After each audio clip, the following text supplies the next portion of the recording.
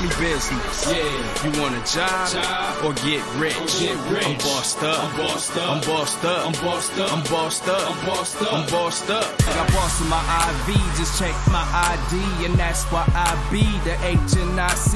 People despise me, my services ain't free. Ain't trying to hear your story, homie. Cop me, no please. In high school, corner, quarterback.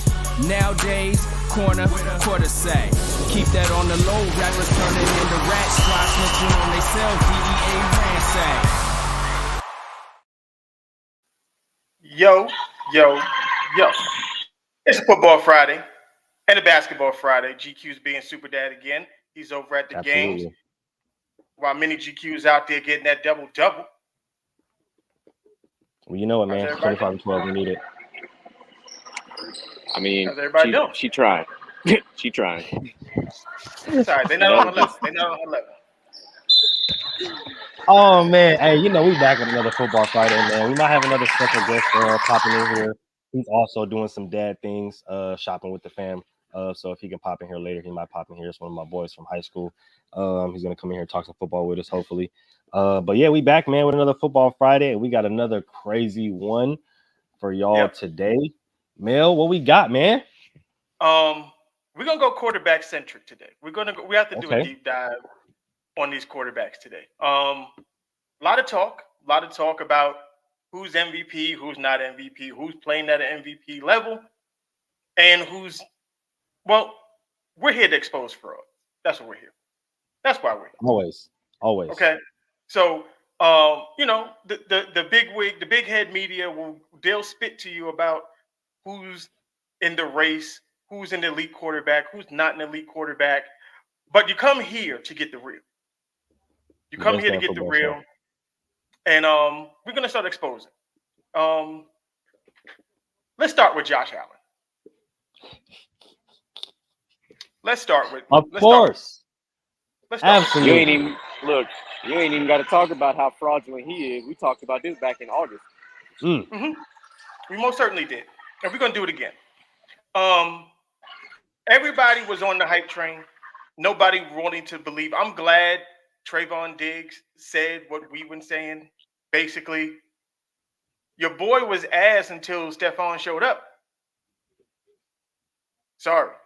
Like, it is what it is. Ain't no sorry, man. I'm tired of sparing these guys' feelings, bro. Like, a lot of these times we'll sit up there and they'll spare the feelings of a Josh Allen. They'll spare the feelings of a Patrick Mahomes. They'll spare the feelings of all these other guys, bro. But they'll go hard on Zach Wilson. They'll go hard on the Justin Fields. They'll go hard on the Lamar Jackson. They'll go hard on these other guys, bro. And it's just like, nah, fuck that. Why is it that Josh Allen is constantly in the running for most interceptions in the league? Why is it that he's constantly able to blow games in the goddamn playoffs and not sit and not have good performances in the playoffs, but constantly looked at as a top 10 quarterback? That doesn't make sense to me. It will never make sense to me. It doesn't. Because he made it to the AFC Championship game. And lost in 13 seconds. Which because let me go ahead and say something real quick. To hold on there. Let me go ahead and say something real quick. 13 seconds. I ain't gonna lie to you. That's the Bills' bad luck number. Okay. If just know if anybody got the ball, if the Bills if the game is close and 13 seconds in the game, and it's specifically 13 seconds left in the game, the Bills gonna lose that game because it happens every time. It happens every single time. Yeah, and Josh Allen. If Josh Allen was not Josh Allen, we would not talk about him the way that we talk about him. Like, they built him up to be what do they call that? The antagonist to Patrick Mahomes, like to be the opposite of Patrick Mahomes. Like, this is not Peyton and Brady. This is not what this is. And I'll get to Patrick Mahomes. That's another thing. Yeah. I mean, so they had to do that because the original person that was giving that quote unquote comparison was Deshaun Watson before all this was said and done. There was a point in time where it was Deshaun Watson and Patrick Mahomes in this conversation. And then, of course, we know he liked happy endings a little too much for everybody else's liking. But then we tried to do, Joe Burrow versus Patrick Mahomes with Burrow head, and then they got their ass blown out. Yeah, and then they want to have someone rival Patrick Mahomes, but you don't have to. Like, just let it be what it is. It's okay. You know, like, I mean, now because you see how big of a deal they're making this Monday night game. Oh, it's a Super Bowl rematch. It's this, that, and the third. It's like, that's two completely different teams playing each other on Monday night. That is not the two teams that were in the Super Bowl. It's two completely different teams. Like, there's so many, there are 11 personnel in total that are not on those rosters that were there the previous year. Not to mention 2 coordinators gone from one team, a coordinator from another team, and key players from both teams that are no longer there. Mm-hmm. But, And you know. Yeah. I mean, didn't we say that your boy Josh Allen was going to go out there and just start tossing the ball to everybody? I mean, we did call it. I've been on that island for a long time that he is the worst red zone quarterback in the NFL, and I still stand on that island. I'm about to buy some more land right next to that. And they fired Ken Dorsey, and it's not Ken Dorsey's fault. Did you see the tweet that Stephon Diggs put out? Ken Dorsey. Yeah. And he said, I saw the IG story, but I couldn't tell if it was like real or not. Literally, I don't know if it's real or not, but if it's real and he said that is hilarious. He asked him, it's like, yo, I need you to get me to Baltimore. He said, you're going to have to go put on the Vikings jersey. Like, bruh, if he really said that to his star receiver, that's crazy. That's crazy. Yeah. That's something I would say. That's literally something I would say to one of my players. I mean, honestly, because he's not lying. But look, this is the thing, right, about Stephon and the Bills. The interesting thing about it, right, and I've seen a lot of people come out and, you know, talk about Trayvon Diggs' comments and how Stephon has been, you know, visibly frustrated. When you have a guy that turns over the ball in the red zone as much as Josh Allen, it's okay to be frustrated, right? And this is the thing about it, right? This is the thing that I always kind of see whenever I watch. We're gonna get to Dak in a minute. He's on the docket too. Oh, Dak is next for sure. But this is the thing that I always notice when it comes to the Bills, right? They'll try to get the run game started, but James Cook isn't that kind of running back, so it's kind of hard. They got to get him in a lot of space, and he's not a between the tackles running backs just yet. But if you get him in a lot of space, then he can do some really good things. He was on the Vikings against the Vikings. He was averaging 8 yards a minute. I got to call cap on that. Not Dalvin Cook, James Cook, little brother. Yeah, no, James Cook. The problem is that the rushing upside that he would have is taken away because Josh Allen runs the ball.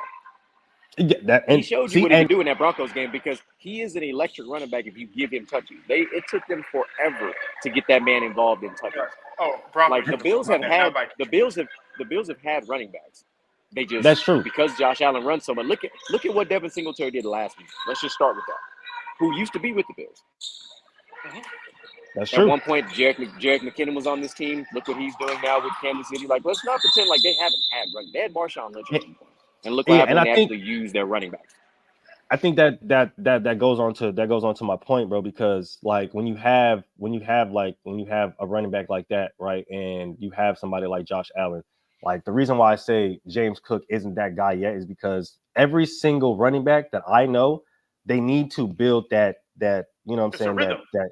It's a rhythm thing, but every single guy who plays with a running back knows, or those kind of running backs knows, they build some kind of leather. It's like a skin. It's like a callus. Like every single carry, they're building a callus, right? And the more these guys go, the stronger and the thicker that callus goes. So they can be 15, 10 carries in, and they're just getting started, turning up like, yeah, man, feed me.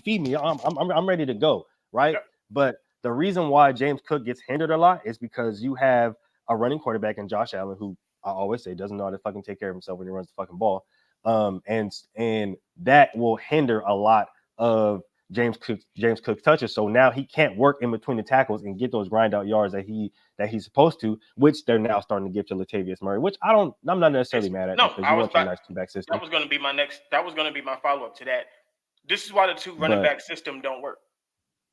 Because it's when you have just to finish my point on Josh Allen, it's just interesting to me, bro. Like if you want your guy to be your prime ball carrier, right? Then at some point in time, your offense is going to have to change, right? Like it can't be we're gonna try to get the run game established with this guy, but really our biggest threat is our quarterback. Like if that's the case, then something in your offense has to change. But if you're going to have these really good running backs, especially young, right? You can't have really good young running backs, especially young, and then you don't use them in the way in which they're supposed to be used, and then just give up on them. And then when they go to the next team, like, oh shit, well, look what we could have had. Well, if you could have had that if you stopped feeding your fucking quarterback like he's a damn running back. So it's for me with the Bills, it's like one, you're too QB centric. Two, you can't get out of your own way when it comes to basic offense and just running the ball and just using all your pieces accordingly. The reason why I brought up Stephon Diggs is because, like I said, they'll try to get the run game established, but they realize that doesn't work. And then they'll look for Stephon Diggs and I'm like, holy shit, this man's double covered. Now what the fuck are we going to do? Oh, we got Gabe Davis, we got Dalton Kincaid, we got all these other guys. And then that's when they start to go to those guys. And then, Stephon's open now. Now we got to get him the ball. And now it's too late.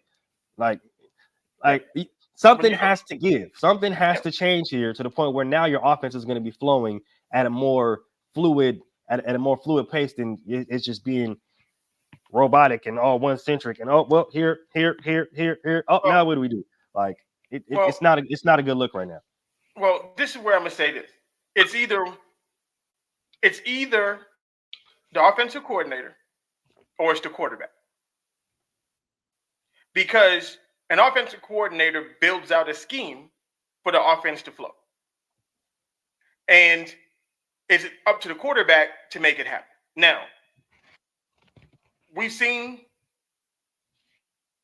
Josh Allen with Brian Daboll. No, who was offensive coordinator last year? Or 2 years ago? Yeah, it was Brian Daboll. It was Brian Daboll, right? Okay. Yep. So we've seen him with Daboll, and we've seen him without Brian Daboll. I am going to go with Josh Allen doesn't know what the hell he's doing. Because, one, he can't seem to throw the ball to the right color jersey when he needs to. And it's becoming a problem. Like, maybe he got they say Vinny Testaverde was colorblind. That's why he was throwing so many interceptions back in the day. Maybe Josh Allen might be colorblind. We don't know. We got to figure it out. He ain't colorblind. He just always wants to. Shit. He always wants to have the big play. There's never the build up. Like if you built, like you gotta. If this offense is more of a. Whenever I can make Mulich laugh, this is what I live for on the show. Like look though. Like yeah. But it's true. If they were more of a play action style offense, this would be different. He wouldn't be turning the ball over near as much. But the problem is they don't run the ball worth the shit with their running game. So defenses don't have to worry about, you're not going to beat me. I'm just going to sit back in coverage like we always do. I'm going to sit back with cover 2 too high, and Josh Allen's going to eventually throw me the ball. Literally. Like, it seems like go ahead. The funny thing is, I just want to make this point real quick, bro. The funny thing is, I played with somebody who was colorblind, dog, and he didn't throw near as many interceptions as Josh Allen, okay? Near as many, all right? And he played quarterback. Man, that's probably the best quarterback I ever played with until he fucked up his shoulder because he was the greatest safety ever. But when I tell you that being colorblind don't change shit, the man just sucked, okay? It don't, because I had some colorblindness as a kid, but now I didn't have PRK. Golden ball. Another story for another day. But honestly, it looks like to a point where like the best defense against Josh Allen and the Bills is to let them have a long drive. Like I want the Bills to have an 11-play drive because he's probably going to throw me a pick somewhere between plays 9 and 11. Yeah, exactly. Because the NFL's biggest problem we talked about, at least how I feel about it, is that they're too concerned with trying to make the quarterback the star. Yep. And just because you have a good quarterback doesn't mean he needs to be the star. Stephon Diggs is the best player on that team. You're right. When the last time Tennessee had a solid quarterback? We knew it was the Derrick Henry show for the longest time. Exactly. Like look at the Giants. We know it's the Saquon Barkley show. And they tried to make Daniel Jones the guy. Like Hey, that man, $140 million. Yep. But look how it backfired on him. Like, now he's out for the season, and it's a wrap. Like, I mean, even the Colts tried to do it, knowing that Jonathan Taylor was the guy, and we know how that went. Yeah, like, I mean, it's you don't have to do like, this. listen, we know this being me, especially me and Mel know this being coaches. You build around your best players. I don't give a fuck if the quarterback's not my best player. If my receivers, if I have, like, okay, for the longest time, right, they never, Baltimore, for example, never drafted a receiver because Lamar was throwing to Mark Andrews, and Mark Andrews out there looking like a top wide receiver because that's pretty much the only pass catcher that was doing anything in Baltimore. You build around your best players, point blank, period. Yep. Mm-hmm. And speaking of Baltimore, let's go to Baltimore. You know what Odell Beckham did last night? Let's do it. Or, almost fucked the shoulder up.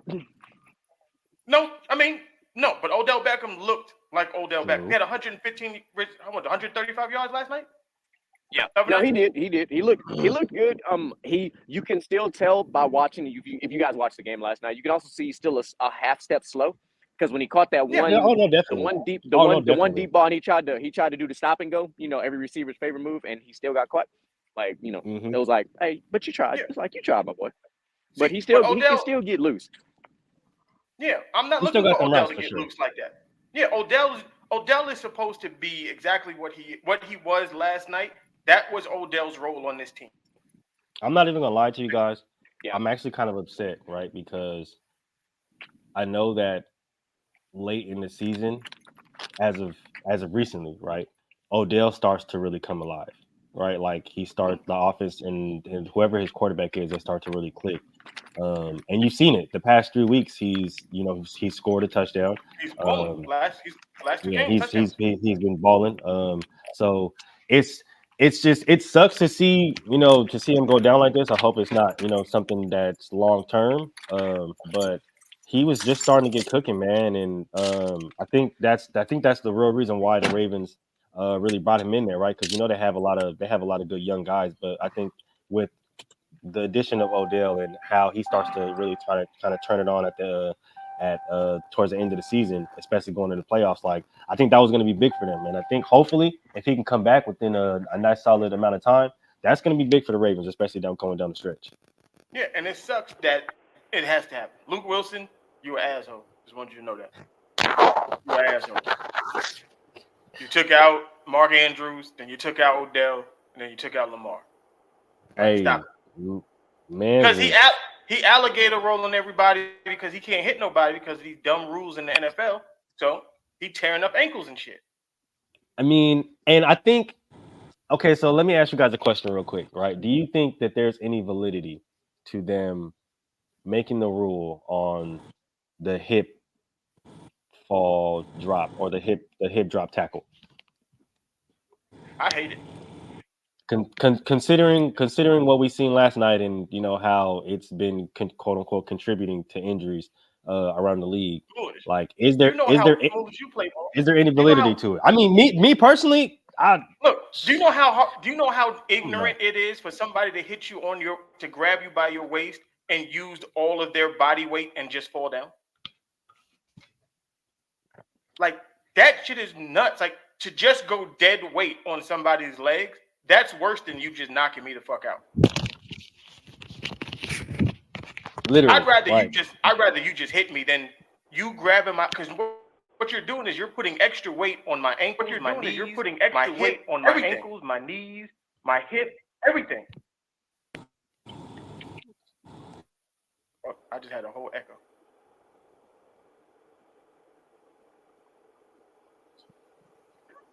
It wasn't you. It's me. I'm trying to get dealing with audio shit. I was I heard myself talk and then I heard myself talk again. It's like for me, it's honestly lazy. I'm not even gonna lie to you. It's lazy, bro. Like that's for at least that's the way I was coached, right?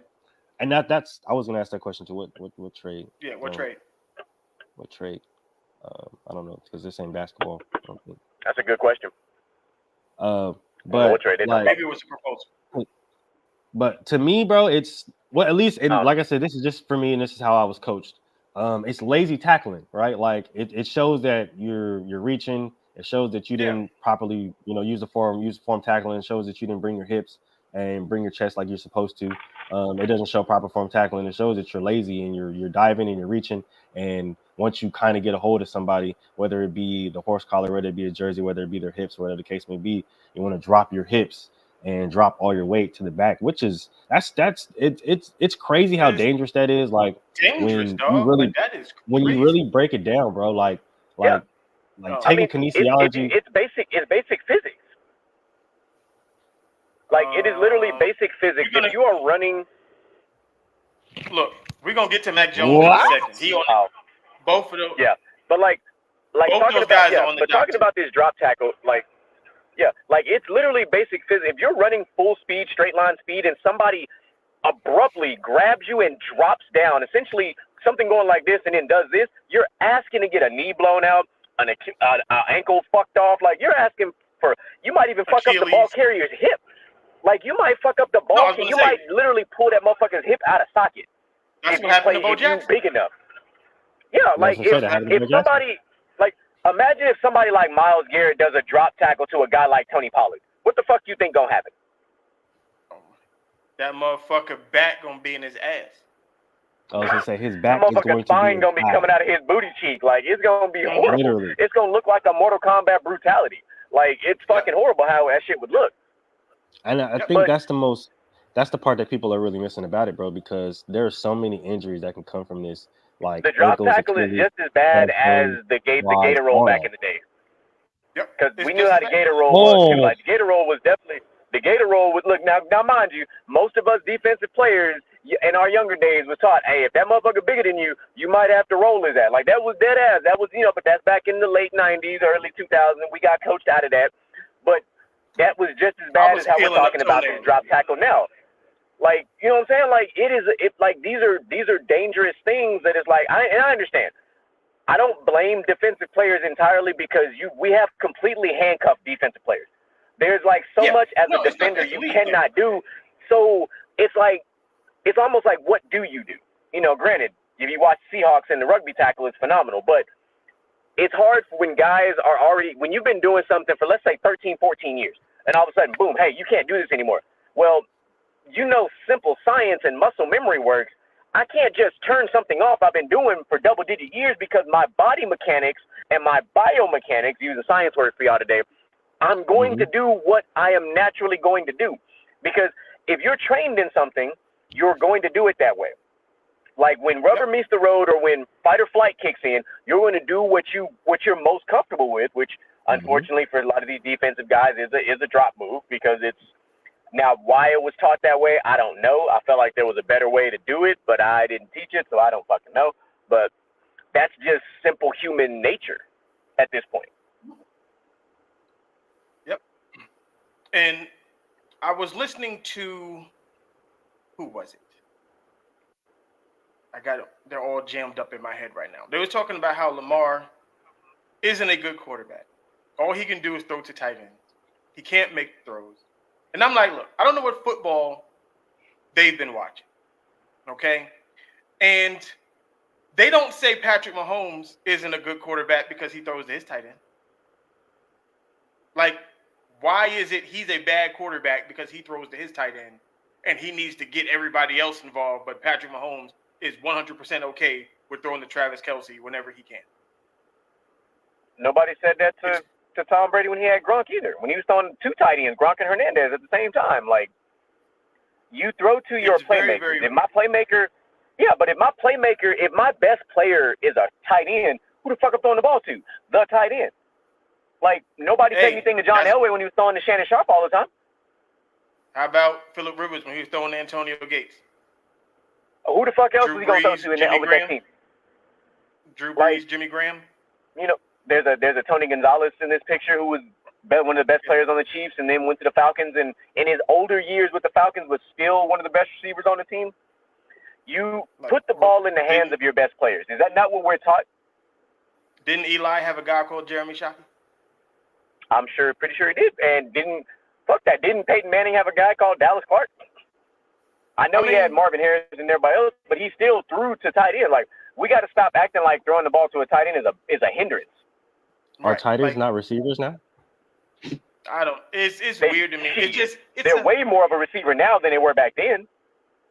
Way more. Like I'm confused. As to when. I mean, I know at one point we were using them as H-backs and all this other shit, but then you had a guy like I said, a guy like Shannon Sharp who changed the game for tight ends, who was literally running deep routes all of a sudden, and now you want a tight end who's athletic like a Travis Kelce, like a Mark Andrews. Like you want these kind of guys. You want a freak like Kyle Pitts. Like you want your tight end to be, can he line up and block, and can he go out and run routes? Literally. The same way you want your running backs to be able to.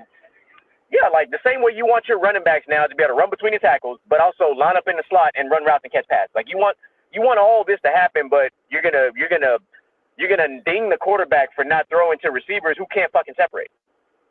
And this is the thing that's annoying. If my tight end is the best receiver on the team, why would I not throw it to him? If he gives me the best option, if he's the biggest mismatch I have on the field. It doesn't make. It's like people don't play football, bro, or don't understand the game of football, bro. Fuck that. It's like people don't play sports in general. If you I don't understand. Mismatch, do you not understand matchups? Like what if are we you talking can't about? stop my best player, why the fuck am I not? Like that's like if I had Shaq and your closest player to guarding Shaq was 6'3". I'm giving the ball to Shaq every goddamn possession I can. Because you can't stop court. Like what are we talking about? Like let's be real. Like you have to. That is coaching 101. If I have a mismatch, I'm exploiting it until you either double cover that guy or you somehow take him out of the game. Like that's how I'm going to play this game. And the biggest part for me, saw it happen in real time. When Mark Andrews got hurt, who turned up? Odell. Everybody else. Odell turned up. Zay Flowers. Odell turned up. Zay Flowers showed up. Nelson Aguilar turned up. Bateman turned up. Gus Bus showed up. Shoot, like Lamar almost had 300 yards passing, throwing two receivers. Like Lamar didn't have a rushing touchdown last. They had two passing touchdowns at almost 300 yards. Don't tell me Lamar ain't no fucking quarterback. If you would have started Lamar's career with competent fucking receivers and a Mark Andrews, we're having a whole different conversation because you're not going to tell me Lamar's not a quarterback when he won a unanimous NFL MVP. Right. He was throwing the fuck out the ball that year too. Like let's not pretend he wasn't throwing the fuck out that ball. He threw for 3,500 yards. And rushed 4,000 yards. This is the thing that I'm always confused about, right? When they always sit up there and they try to push this narrative that all he can do is throw the tight ends, all he can do is throw the tight ends, which I will always hold that stat to Jimmy G because Jimmy G can't throw over 50 yards. That's a different story. Oh, but I'm gonna get the Jimmy. That's why George Kittle was his best fucking target. Exactly. But this is whenever they sit up there and they try to push this narrative, why would I not throw to the guy that's open? Yeah, he's open. That you can't do nothing. Hey. You can't stop him, so why would I not throw it to him? If y'all want me to stop throwing it to him, cover him. But if you can't cover him, I'm going to throw it to him every time. Like, I mean, he don't throw a lot of picks. Like the interceptions that Lamar has even thrown this year, 90% of them will come off of tip passes, not him directly throwing to the defense. Whereas Josh Allen is saying, "Hey, defender, you want this ball? Here you go, alley-oop." Like we've seen this man throw an interception in cover 2. When the safety didn't have to do nothing but be a baseball outfielder and back up, and the ball fell into his fucking hands. He outran Stephon Diggs for an interception. Like, get the fuck out of here. Like, Lamar don't throw no picks like that. Like, get the fuck out of here with that bullshit. I'm gonna be on 10 today. I'm gonna be on 10 today.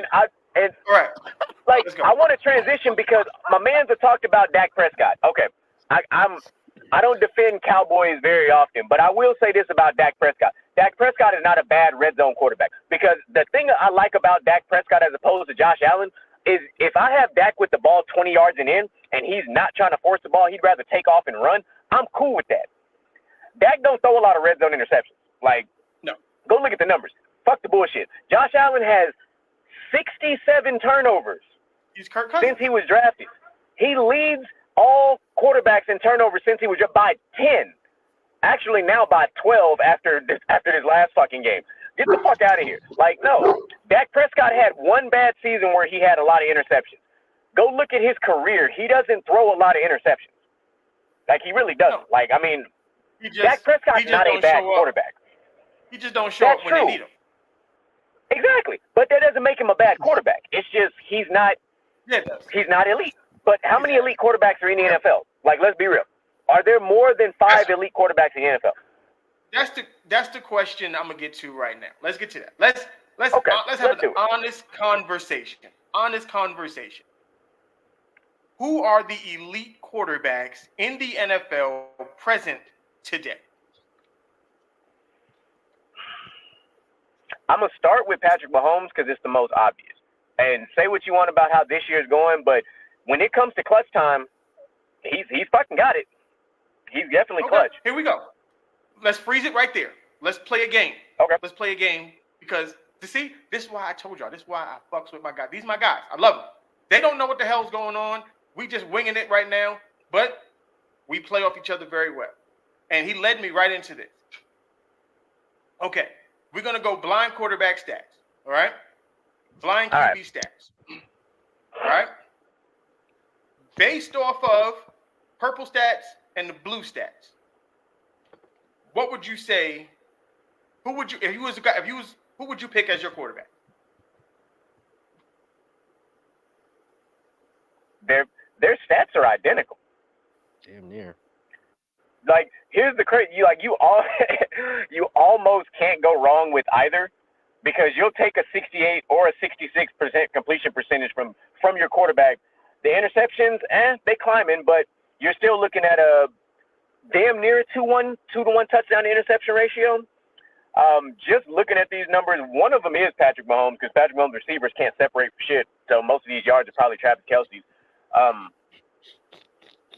But I don't know. Shit. I mean, I still think realistically, I would take purple. Like, doesn't really bother me one way or the other because their stats are so close. But I would probably realistically, I'm leaning towards purple. But honestly, yeah, I probably wouldn't. Probably can't go either way. You know, it's because I'm not gonna get fooled. I'm not gonna get fooled by the 2,700 yards because that's just. You could have played, one quarterback probably played a really shit team and the other one didn't, and that's the difference between, that's literally one 300-yard passing game away from no stats being almost exact. Like literally exact. So like the yards I won't really look at, but I'm looking at those other two categories because that's where it's a lot closer. Yeah. Yeah. Now, how you feel? Is that motherfucking Sam Howell? Sam Howell, yes it is. Hey, but you know what? Hey, look, Sam Howell been balling, but he been hit a lot too, but he been balling. Hey, give my boy O-line and he's MVP. I'm not even mad at that. Like it literally goes to show you that situations matter. Situations matter because. Go ahead. Yeah. No, what I'm gonna say, because it's like when they talk about who's been playing elite football, who's in the MVP conversation, and that's a good point. But they'll tell you Patrick Mahomes is playing lights out football right now. No, he's not. He's not. No, he's not. He's not. Because your original question to the panel, was who is an elite quarterback? I still say Mahomes is an elite quarterback. Is he playing elite football right now? Absolutely not. Because his fucking receivers are not doing what they should be doing, which is catching the fucking football. But then that brings me to another question of: is Patrick Mahomes elite, or does he need elite talent around him for him to be that? Because my next question would be this: Tua is the reverse Patrick Mahomes. He was not so much, but then you give him a Tyreek Hill, and all of a sudden we talking MVP talk. He's in, the offense looks dynamic. Patrick Mahomes, you give him dynamic offense, MVP talk, Super Bowls. You take the weapons away, and he's not so much. Well, it's pedestrian. So it gets better too. I got more. Okay, so I'm gonna answer it like this, and this is just because we've seen this before, and we've seen this because it happened with the most recent dynasty we've had. Because nobody's offense changed more than the Patriots' offense through their 20-year dynasty, and by change I mean receivers in and out the fucking door. Like Tom Brady was throwing the guys, and we didn't know how to pronounce their goddamn names half the time. That's just how it was going down. But he still found a way to produce But at least these guys were doing what, unfortunately, at the time. Now, because I still think it remains to be seen. The problem with some of the receivers that Mahomes is dealing with is they aren't catching the ball at the moment. But that's going to change eventually. I still think he's an elite quarterback because he can still do the things that you need him to do. He's still a force multiplier because on third down, when you need a play, he has zero problem getting that first down, whether it's through his legs or whether it's trusting that receiver. Because at the end of the day, we know receiver is just as what's the word we used before on one of our shows? Dependent. There we go. Receiver is just as a dependent position as quarterback. I throw the ball to a wide open receiver and he drops it. Whose fault is that? I'm beating your ass. I ain't gonna lie to a you. wide open, Like no, but like because it's an honest question because we've seen this happen with the Chiefs receivers this current season. He has thrown to these guys and they've been open, they've dropped it. Now they've also dropped those tough catches that most receivers wouldn't make anyway. But we've seen a lot of the routine plays where we're like, okay, anybody would have caught that on a normal day. What the fuck going on with these guys? Type of situation. Yeah, because these same guys were in the Super Bowl last year. Yeah, like these guys, some of these receivers were in the Super Bowl last year making catches. Like, we're not going to pretend like Sky Moore didn't make phenomenal catches in the Super Bowl last year. Like, you know, we're not going to act like fucking Joker wasn't making plays in the Super Bowl. It's like, what the fuck? What changed? But like, between the Super Bowl and now, like, what changed? Because the quarterback didn't change. Mm-hmm. As a wide receiver, you know what the hardest thing for me to do is for me to run my route and have to redirect because you're not in the pocket no more. When you start changing the angles in which a ball is supposed to get to me, I have to adjust that. And a lot of what Patrick Mahomes does is off script. So if I'm running a post and I'm going across from right to left, and then you roll out to the right, so technically you're behind me, I'm not thinking you're throwing me the ball at that moment. So when you do throw it to me, I'm like, why would you do that? Now, granted, the receiver's still supposed to catch the ball, but you're making it hard, especially when we're talking about the no-look stuff, the off-the-script throws, the sidearm, like all of these things, while I have a defender on. Yeah. So, and I got to run back and forth with your ass while he doing all that back and forth, while you doing all that back and forth, and I'm looking at the D-line like, bruh, help me. It's a different catch for a wide receiver when a quarterback is 1, 2, 3, and the ball is out, and he's going to a window, and I can get to the window. Yeah, I can get to the window, make the catch, go about my business. It's totally different when I pass the window, look back, you doing some other shit, and now you want to throw it to me another 15, I'm not going to say 15, another 7 to 8 yards out of the zone where I'm supposed to be. No, you had it right, about 10 to 15 yards. I ain't even going to lie to you, bro. And this is the reason why I've always said what I said when it comes to Patrick Mahomes and the Chiefs offense, especially with them losing Eric Bieniemy, right? People don't fear them no more. They don't fear that broken play offense. And the reason why the broken play offense doesn't work now like it worked before is because they had the guy that can take off the top at any point in time. You had a Tyreek Hill. Not to mention, right? This is the thing. Now, this is the thing that made that broken play offense or that type of offense so fucking dangerous, right? Because you have Travis Kelce that's always going to improvise, right? He's the improviser, right? But you have a McCole Hardman, you have a Donovan Robinson, you have a Tyreek Hill, you have all of these fucking speed guys that if any point in time, we're gonna get to that in a second because I seen that. I'm gonna get to Mac Jones, brother. We're gonna get to Mac. But when you have all of these speed guys that at any point in time can take off up the fucking field and legitimately blow the top off a fucking defense, because all of these guys are 4-3 guys, low 4-3 guys, probably sub 4-2 guys, right? When you have a broken play offense and guys are just running this way and running this way and running this way and running this way because Patrick Mahomes ain't doing shit but this, the Caleb Williams, right? Or what everybody's calling the Patrick Williams or the Patrick Mahomes. And all of a sudden they take off that way. Now it's like, holy shit, what the fuck are we going to do? We got this guy up there. We got this guy up there. We got this guy up there. All these niggas run 4-3s. We can't possibly cover them all. And then when they think that they covered them all, you have Travis Kelce in the middle. Sitting in the middle of the He's right field there.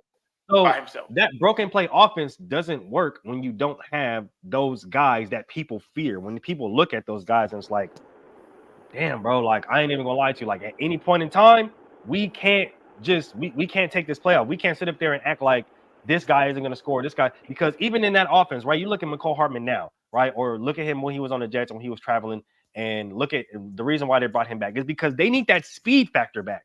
They need somebody that people will fear speed wise. Do you know why McCole Hardman couldn't? You know why McCole Hardman couldn't make it on the Jets? Because he's not. He doesn't run routes. Yeah, he doesn't because he doesn't. He's not a route runner. He's a broken play guy. So when you have these guys, that's the reason why they brought him back. When you have these guys that can sit up there and take off at the drop of a fucking dime and cut and speed explode up the fucking field, that helps out guys like Patrick Mahomes tremendously because they thrive off of that kind of offense. And when you don't have Eric Bieniemy that is sitting there telling you like, hey, your first read, hey, probably ain't gonna be open. Your second read, damn near probably ain't gonna be open. But your third read, after you get to running around because our O-line really ain't that good, that nigga gonna be wide open down the field. Throw it to him. I promise you he gonna be there. That's not working anymore. So now they have to sit up there and be like, okay, we have to actually run plays. We actually have to have receivers that can get open during plays. And it can't just be a Travis Kelce. That's the problem. This is why them letting Juju go was stupid.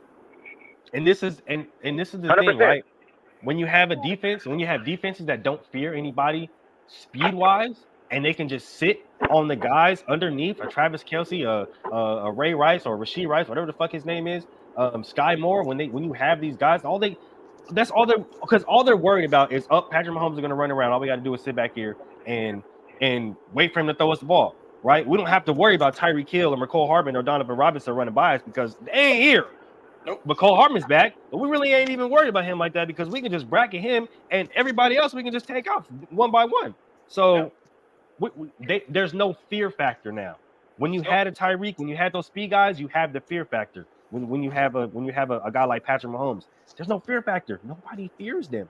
So that's the reason why a lot of the shit that's happening, defenses are like, yeah, throw that shit.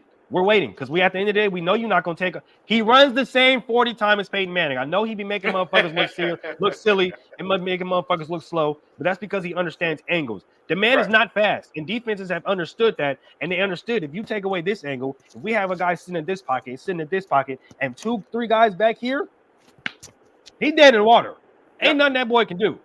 Here we go. Appreciate that. I'm glad you're enjoying the pod. And now what? I'm a quick pause. I want to thank everybody. I meant to do it in the beginning of the show. I didn't do it in the beginning of the show. Y'all turned up on TikTok last week. Y'all got us 2 videos, went super nuts. Got us over 100 followers over there on TikTok. The likes was up. Y'all come over here. You're in the chat. Y'all talking with us. You're adding your input. We appreciate every single bit of that, and we salute y'all. Honestly, it's literally like because we've been talking about this for a while, right? Just to kind of take a little pause to give you guys a little appreciation. We've been talking about this for a while, and like ever since we hit 500 subscribers, bro, like we've been gaining subscribers on a daily, and we've been seeing the interaction, we've been seeing the love, and from us, we just want y'all to know, like, we really appreciate y'all because, like, without y'all, like, there is no us. We come here every single Friday, Monday, Wednesday, Thursday, and in the future it's Tuesdays to give you guys content. And we appreciate you guys for rocking with us this long, man. We told you guys that every single day is gonna be a treat, and shoot, y'all here. Yep, we appreciate that. We appreciate it a lot. 100%. We love y'all. Let's go back. Let's see how you feel about it. We're back in this conversation.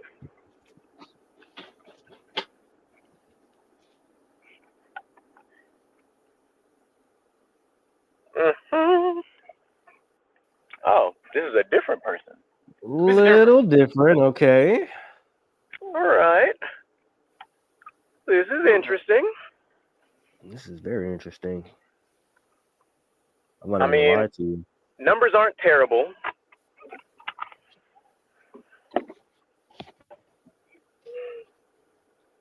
Damn.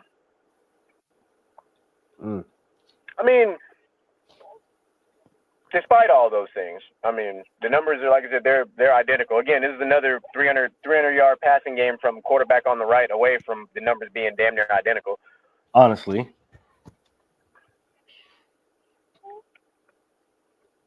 I'll still rock with my homie on this one. I'm inclined to go right. I know I'm getting less touchdowns, but the less interceptions does kind of speak to me a little bit. The completions percentage, I'm not really worried about it, honestly. But yeah, no, like GQ said, it's really a 300-yard game away from being really the same, identical in pass yards. So, I'm not gonna lie to you. I'm inclined to take right. I think I'm gonna take right this one. Yeah, and then, but everybody gets treated different. Bake. Like everybody gets treated like. If you was to say, if you listen to people, they'll tell you Baker is pedestrian. They can't I don't think he's pedestrian.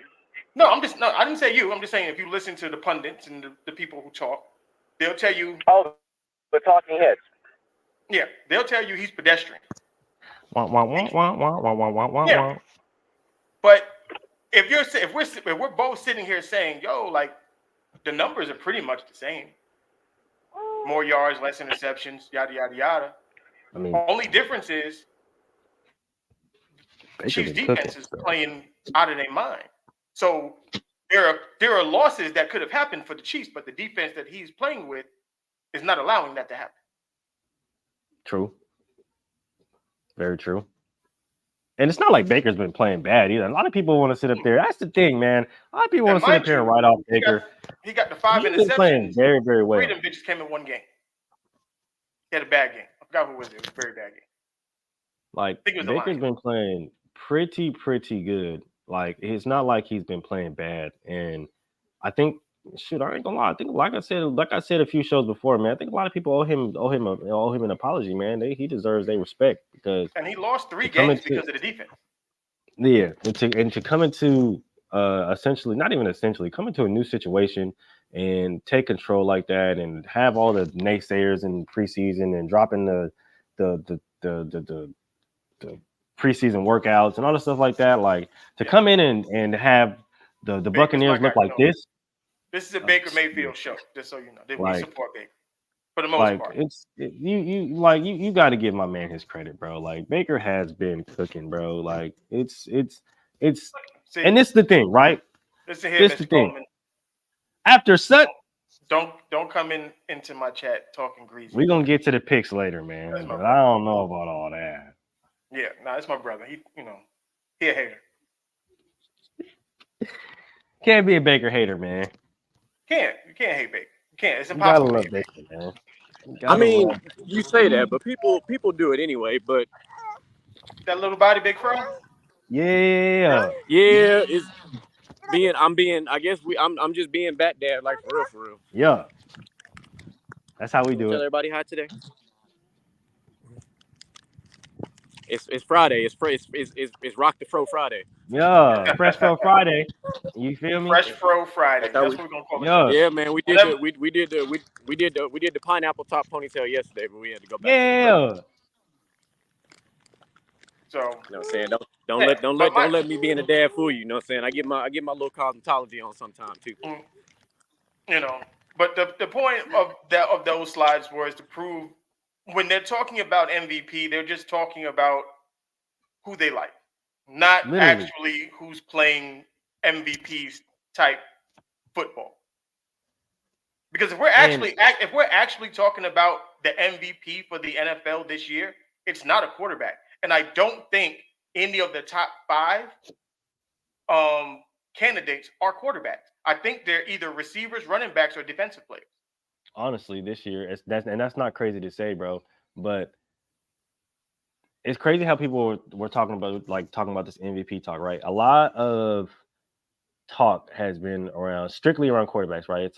I hate that it's a quarterback award, but it's interesting to me, right? Because a lot of people are trying to, I guess, write off Cj Stroud, right? And for me, write him off. Only reason why I wouldn't have Cj Stroud in the MVP talks. I would give him Offensive Player of the Year. I think he definitely. I just think I'm not saying that he's like the clear forerunner, right? But when I look at quarterbacks, right, especially if there was young a quarterback quarterbacks, in it, he's the one. I think he would be the one. But just looking at his situation and how he came in, right? The Texans second pick of the draft, they were absolutely fucking horrible last year, right? He's written off before the season even started. Everybody's telling him he's a horrible test taker. He doesn't do this, doesn't do that right. He comes in, proves everybody wrong. Has the Texans literally in playoff contention, right? As of right now, defense looks really good. It's like other than the record, why isn't he available MVP as far as quarterbacks go? As far as quarterbacks go, other than the record, why isn't he a viable MVP candidate? If I was thinking for them, they would only say it because he's a rookie. And that would be the only thing that they can say, which is absolute bullshit, bro. Because this rookie is playing a lot better than these vets. So at some point in time, that rookie narrative, they're gonna have to drop that. Y'all gonna have to do something with that because y'all can't keep saying, "Oh well, he's playing very, very good and he's doing all this and he's playing a lot better than the vets, i.e., MVPs from last year and the years prior before." But we can't give him the MVP because he's a rookie. Nah. If I'm a rookie and I'm balling, I ain't going for that. Listen, MVP stands for most valuable player, not most valuable rookie, not none of that. Most valuable player. Cj Stroud is playing for an organization that ain't sniffed the AFC Championship since their inception in 2002. And he has his team very much in the division playoff race. So, and the numbers speak for themselves. The last person who had the Texans relevant was Deshaun Watson, and he was a what, guys? MVP candidate. And he was definitely a damn good quarterback. So everybody wants to sit up here, and all these analysts want to sit up here and talk about, oh, well, CJ Stroud this and CJ Stroud that. I don't think he's – bro, bump all of that, bro. At the end of the day, is he playing better than a lot of these quarterbacks? Yes. Does he have his team winning? Yes. Has he beat all of the doubters? Yes. Like, there's nothing that you can say other than his record and other than the fact that he's a rookie that he doesn't deserve MVP. The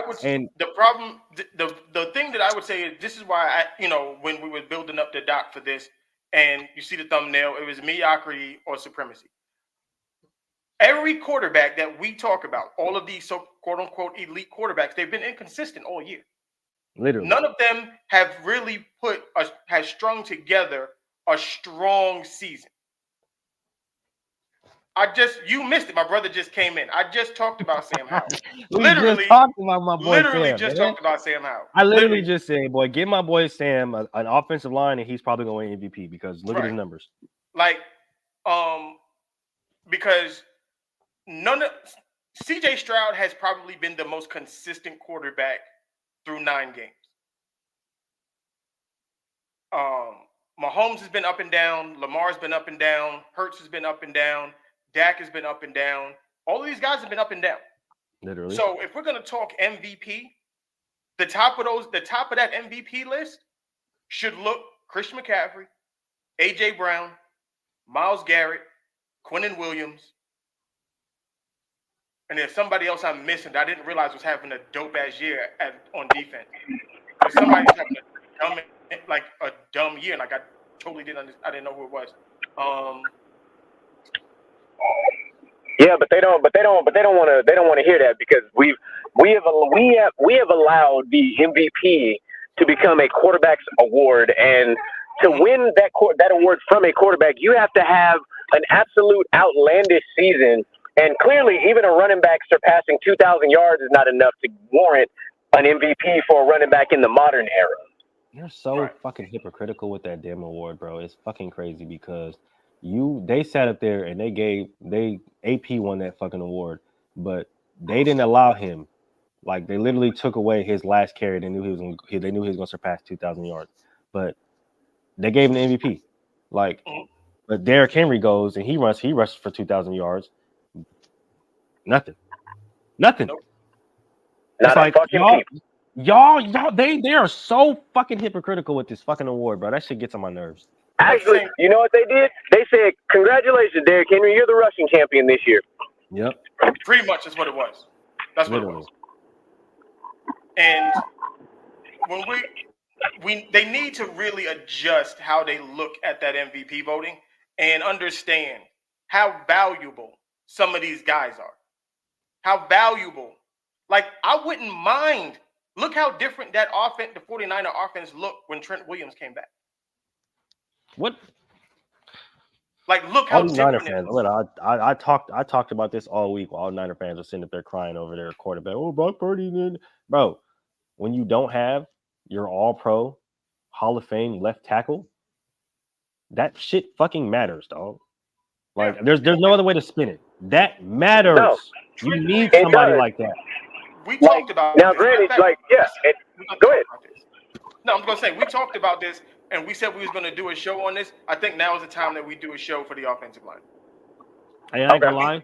We can go ahead and cook. We can go ahead and cook that doc up next week. I ain't even gonna lie, because I'm ready.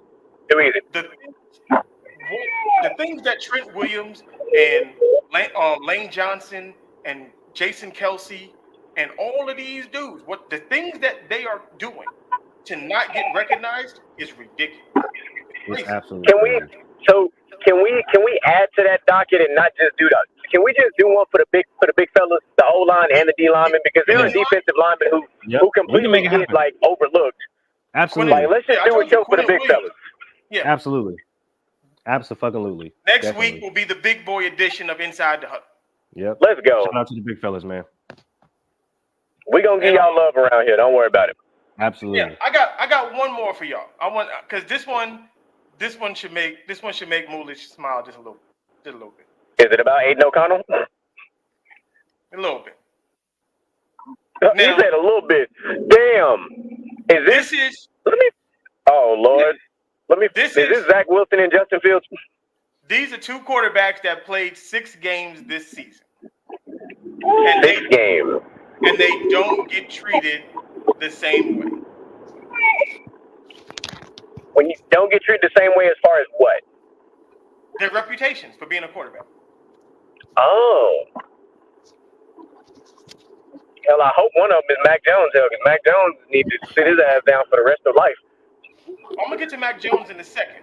This is what it is. Okay. Hey, this ain't O'Connell. Mac Jones is not macking right now. No, okay? That's Jimmy. Mac Jones that is James Garoppolo. Holy shit, Bobby. That is porn star Jimmy. Porn star Jimmy is what they call it. That is porn star Jimmy. That is Air Force pilot Jimmy. Like, they'll tell you how bad Justin Fields is, and how he needs to do this and he needs to do that. Jimmy Garoppolo been in the league how long? A long fucking time. Jimmy G been in the league 10 years. He been in the league 10 years. Yeah. This is the dude that they tried. By now, it's got to be 10 years. This is the same dude that they tried to tell us he's got the highest winning percentage in NFL history. And he needs to be in the conversations with Tom Brady and Peyton Manning. Remember, he was supposed to be the heir apparent to Tom Brady. This is what they try to tell us. He's a winning quarterback. This is what they said. Oh shit. And it's crazy because you want to know what's funny about Jimmy G, bro. I knew he wasn't going to pan out to anything when actual players, right? And this is the thing. Julian Edelman came out and said, and Julian Edelman don't come out and say shit about nobody. Julian Edelman came out and said that guy really doesn't like to play football. Like, he really just is there for the money, for the cameras, for the girls and stuff like that. But he's really not, like, there to play football. Like, he had a quote-unquote thumb injury, and like, when we tell you he was in the locker room, he was fine. He was doing shit like that, high-fiving guys and shit. Like he was fine. Like, he was cleared to play the next week and just didn't want to fucking play. Like, that's why Jacoby Brissett was launched into the starting position. So, like, it's just, it's funny, man. Are you saying that Jimmy G just wanted to wear the jersey? Oh, absolutely. That's exactly. I know GQ just dropped down and got a GED for 2 seconds, but he's back. But that's exactly what a lot of Patriot players we're saying about Jimmy G was that he was just a Jersey guy, and he really didn't care about football, and like any opportunity he took not to play, he was gonna take it for sure. He was cool with being a superstar. He was cool with being in the spotlight, right? He get drafted. Listen. The Patriots. Listen what I mean by saying he liked the celebrity of it because he had the nickname. You know what I mean? Women love Jimmy. The women love him. Oh yeah, women love him. I ain't gonna lie to you. He's gonna go down in the Hall of Fame of most good-looking football players for sure. And you know what? What's sad about it is that man got Super Bowl rings as a backup, and the women half the time don't pay attention to fucking football. He's like, "Yeah, girl, I'm a Super Bowl champion. Look at the ring." And they're like, "Oh my God, I'm dating an NFL." And then when you bring it to the cookout, they're like, "You dating this motherfucker?" Look. Like you brought four-star Jimmy to my cookout. It's the guy you brought. On a ring sitting on the bench next to Tom Brady. When Tom Brady did that shit, won the Super Bowl. Get the fuck out of here. Get him out my house. Oh shit, man. Exactly. So, but this is, I brought a Super Bowl winning quarterback with me. Like, Jimmy G Jimmy G can't show up to the cookout like that the same way that David Carr can't show up to the cookout with that Super Bowl ring. Better sit your ass down somewhere. Hell no. You know damn well you can't show up. Look, David Carr earned that. I mean, that was a good what's the word? That was a good farewell present. That was basically a severance package for that man for all them sacks he took. That was the league saying, "Look, get that man a ring because we fucked him up. We fucked that man up. We started a brand new whole ass franchise and said we're gonna make sure you get the worst offensive line in NFL history, and your ass gonna get sacked 100 times." Yeah, I ain't gonna lie. That might have been the only offensive line in NFL history that owed their quarterback dinner. Yeah. No, fuck that. No, Joe Burrow's offensive line owe him too for getting to the Super Bowl despite their terrible play. That's true too. Because Joe Burrow said, "I'm gonna win in spite of you motherfuckers." But at least his Joe Burrow offensive line could run block. That Texas O-line couldn't do nothing. This is true. I will concede that because the Texans offensive line wasn't shit until they got Arian Foster, and he was like, "Fuck that O-line, just put me on the outside and save me." Like just keep tossing me the ball. That Texans O-line would literally, like, if you watch the film, I ain't even gonna lie to you, it was equivalent to them standing up and just kind of just turning to the side. It's like just do like have fun, look, man. Would you say that this Jets offensive line is on par to be just as bad, if not worse? No. You want me to tell you? I'm gonna tell you who got the worst offensive line in all of football. The Jets is up there. The Jets is definitely up there. Yeah, 100%. The Cleveland Browns.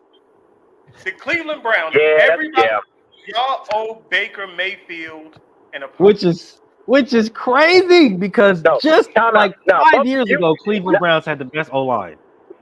First, not just Baker. You owe Nick Chubb an apology because despite that trash ass O-line, he was still dropping numbers on boys. Like he was every single Cleveland Brown quarterback ends up the same way. Y'all when Baker said his shoulder was effed up and he didn't want to go out there, y'all ridiculed him. He went out there, fucked it up. Deshaun told you, my shoulder's messed up, don't feel right. Y'all forced him to go back out there. What happened? Gone for the season. On for the season. Because that O-line is trash. It's trash. Somebody help me understand how in the sport of professional football, you as a head coach, a $1 billion owner, whatever the case might be, you know for a fact your offensive line is absolute dog water. And you still, in the offseason, refuse to address it. You're like, oh, it'll get better. Oh, it'll get better. We need more skilled players. No, motherfucker, you can have all the skilled players. If your O-line can't block and your quarterback ain't getting the ball out in 0.34 seconds, you ain't finna get the ball to him. Oh, you need more. You needed to get out faster than 0.3 because I was trying to be nice. They put my boy DTR out there this week, and if he get hurt, I'm gonna lose my shit. No. Listen, I'm gonna say a special prayer for DTR because man, DTR at least DTR ain't getting thrown out there 90 minutes before kickoff like last time. At least he had more time to prepare for this game. All right. To answer your question, G2, ask the Giants. because they religiously The Giants will just draft picked the every wrong other offensive position. line. I swear, they just will draft the every wrong other position offensive line. and draft the worst O-line in the damn draft. And sit up there like, damn, what happened? What we do? It's like, are you fucking kidding me? Like, Are you serious? drafted You didn't watch the film on this dude before you drafted him?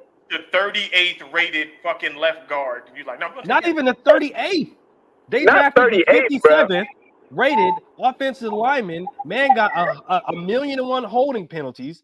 Okay, 272 false start penalties. Man can't hold his water to save his damn life. And the Giants will go out there and be like, you know what? I think that's our guy. I think that's our guy. Boy out there almost got 1,000 yards and penalties in a season. That's our guy. That's our guy. Bring him in. make That's our guy. We can coach that out of him. No, you can't. But you know what? We can develop Because of them 2 games where Pro Football Focus said he had an A rating. Yeah. And they were preseason games. Yeah. He had a really good game against LSU 2 years ago. Oh, his shit. standout game was against Georgia, where he had only 3 false starts and 4 holding penalties. Nah, his best game was against Appalachian State because he had 15 pancakes. Right. Appalachian State is crazy. Exactly. Like, it's nuts. Like, it's crazy. But like, to kind of bring everything kind of back full circle, because we talked about DTR and then we talked about the loss of Joe Burrow. And this is another thing that's important is this is why it is important as an NFL team to pay a comparable backup quarterback. Not just some guy that you throw back there and say, oh, we don't need that guy. Don't worry about it. Our guy's fine. Because the Jets are going through it right now, and I'm not bashing Zach Wilson. I'm just saying you need to have backup quarterbacks who are very similar to your starter that can come in and your offense doesn't have to drastically change to where you can literally plug and play. And I'm not saying he's going to outperform the starter, but he can give you a spot start 3 or 4 games. Cool, you good. Or if you so happen to have him for the season, at least he may be able to keep you afloat because you have the resident skill players to make up for what your actual starter was giving you prior to the backup coming in. Right. And Deshaun, like I said, DTR and Deshaun are similar. The problem is 100%, but DTR is a rookie who ain't really had a lot of NFL starts yet. And you still have him behind that porous offensive line, and that's the problem. He's Deshaun Watson. He's Deshaun Watson. He can just run. Don't worry about it. Yeah, because I mean, look, everybody ain't got a Josh Dobbs who's a fucking aeronautical engineer who can pick up an offense the day of the game. Like everybody ain't got one of those. So, like, let's stop acting like there's a bunch of Josh Dobbs just floating around out there. You pay these NFL scouts to do a job. Scouts. All right, this is my starting quarterback. This is what my starting quarterback is good at. Let me find something close. I got it if you have a guy like a Justin Herbert with the arm that you can't really find, or a guy like with Mahomes or a guy like Jalen Hurts. But I can get damn close. I should at least be able to check off 4 out of 6 boxes of things that will make us be a stable offense if this quarterback has to go down for a couple games or possibly for the season. That's my thing with it. You brought up something different. Something else I want to touch on. Should we look at the organizations that had Joshua Dobbs totally different? Yep, absolutely. Yes, because the Cleveland Browns had him. The Cleveland Browns had him before, and he's been a part of a lot of organizations. A lot of people don't realize that. Like, this man was, remember, to the Tennessee Titans playoff game. Like, he was the Steelers. He was on the Steelers. Didn't the Steelers draft him? He was on the Steelers. I believe he was drafted by the Steelers, actually. That was first team. He was literally on the Browns at the beginning of this season. But like, he was at the Browns at the beginning of the season. You're 100% right. He was with the Browns. He was with the Cardinals. He was with Tennessee. DTR outplayed him in the preseason. That's true. DTR outplayed him, so they shipped him off to what does that say more about? Does that say more about like the future of DTR, or like is it just like what is it about Josh Dobbs that has him so like tantalized? Because he's not a bad quarterback. Make Joshua Dobbs? Did DTR I don't make know. Joshua Dobbs? Because let's ask the honest question. Let's ask this very honest question, because prior to Joshua Dobbs being traded from Arizona to now Minnesota, Joshua Dobbs was leading quarterbacks in rushing attempts and yards and all this other type of stuff like that. the question I want to ask both of you guys, given the right circumstance, is Joshua Dobbs a franchise quarterback? Like, or is he just another Jacoby Brissett who can come in, win you 4 to 6 games, and then fall apart? I would have said yes if he would have just did it with Arizona. The fact that he went to Minnesota and did what he did, I would, if I'm the Tennessee Titans, I bring Joshua. I sign him long term. Not long term. I give him a 3-year deal. If I'm, who else? I would say Atlanta. Unless Taylor Heineke decides to show back up again. I know he got hurt, but maybe a team like Atlanta prior to Taylor Heineke. I don't think he's better than Heineke though. But I see what you're saying. Shit, Pittsburgh. You see where I'm going? Like, what do you do with a guy like this? Like, what? Like maybe the Colts before they drafted Anthony Richardson. This is funny? Because my nephew just put this in. I was just about to say this. Is he the new Geno Smith? No, because Geno Smith when he left New York, he was just bad. He was abysmal. Like, he had to literally be a backup for years to finally get this renaissance season that he had last year. This year, he's kind of reverting back to old Geno because he's not playing as sharp as he was last year. I think he's playing better. I think he's better than Geno because of up here, cerebral wise. I think he's better than Geno Smith. Because the fact that this man was traded to the Vikings and was taking snaps without knowing any of his players' names and went out and won a football game tells me he's got it up here. So imagine if a guy like the Giants, do you bring him? Absolutely. Shit, the Giants need to bring in anybody. But let's play a hypothetical, realistic game. If you're a guy like Kyle Shanahan, could you win with a quarterback like Joshua Dobbs? Yep. Yes. Easy. Like Sean McVay, could you win with a quarterback like Joshua Dobbs? Yep. Yes. Like, I started thinking about what if a guy like Josh Dobbs falls to one of these quarterback whisperers? You know what I'm saying? Like, what if Trevor Lawrence got, knocking on wood, got hurt, and you brought in a guy like Joshua Dobbs? Could Doug Peterson survive a season and possibly make a deep playoff run with a Joshua Dobbs as his quarterback, knowing what he knows about quarterbacks? Yeah. Shit, I think he's the reason I like Dobbs with Minnesota is because I like O'Connell. O'Connell is also a really good quarterbacks coach because really good he kept a Kirk Cousins who's always been a stable quarterback. Say what you want. He's a stable quarterback. He's a consistent. I'm gonna give you 4,500 to 5,000 yards. I'm gonna give you 27 to 29 touchdowns, and I might give you 8 to 11 interceptions. That's about Kirk Cousins. But he stabilized Minnesota for the most part without being mobile. You give a quarterback's coach a quarterback who can throw and is mobile. Now you've elevated your offense. Let's go back 2 weeks. Conversation we had about Minnesota. Let's do it. With Joshua Dobbs now in the fold, do you just draft Marvin Harrison Jr.? Yes. If he falls to you, yeah. Hell yes, I would. If he falls to me, 100%. I don't think he's gonna last if I can get away with, you can sign Joshua Dobbs to not a small deal, but a very team friendly deal. Yeah.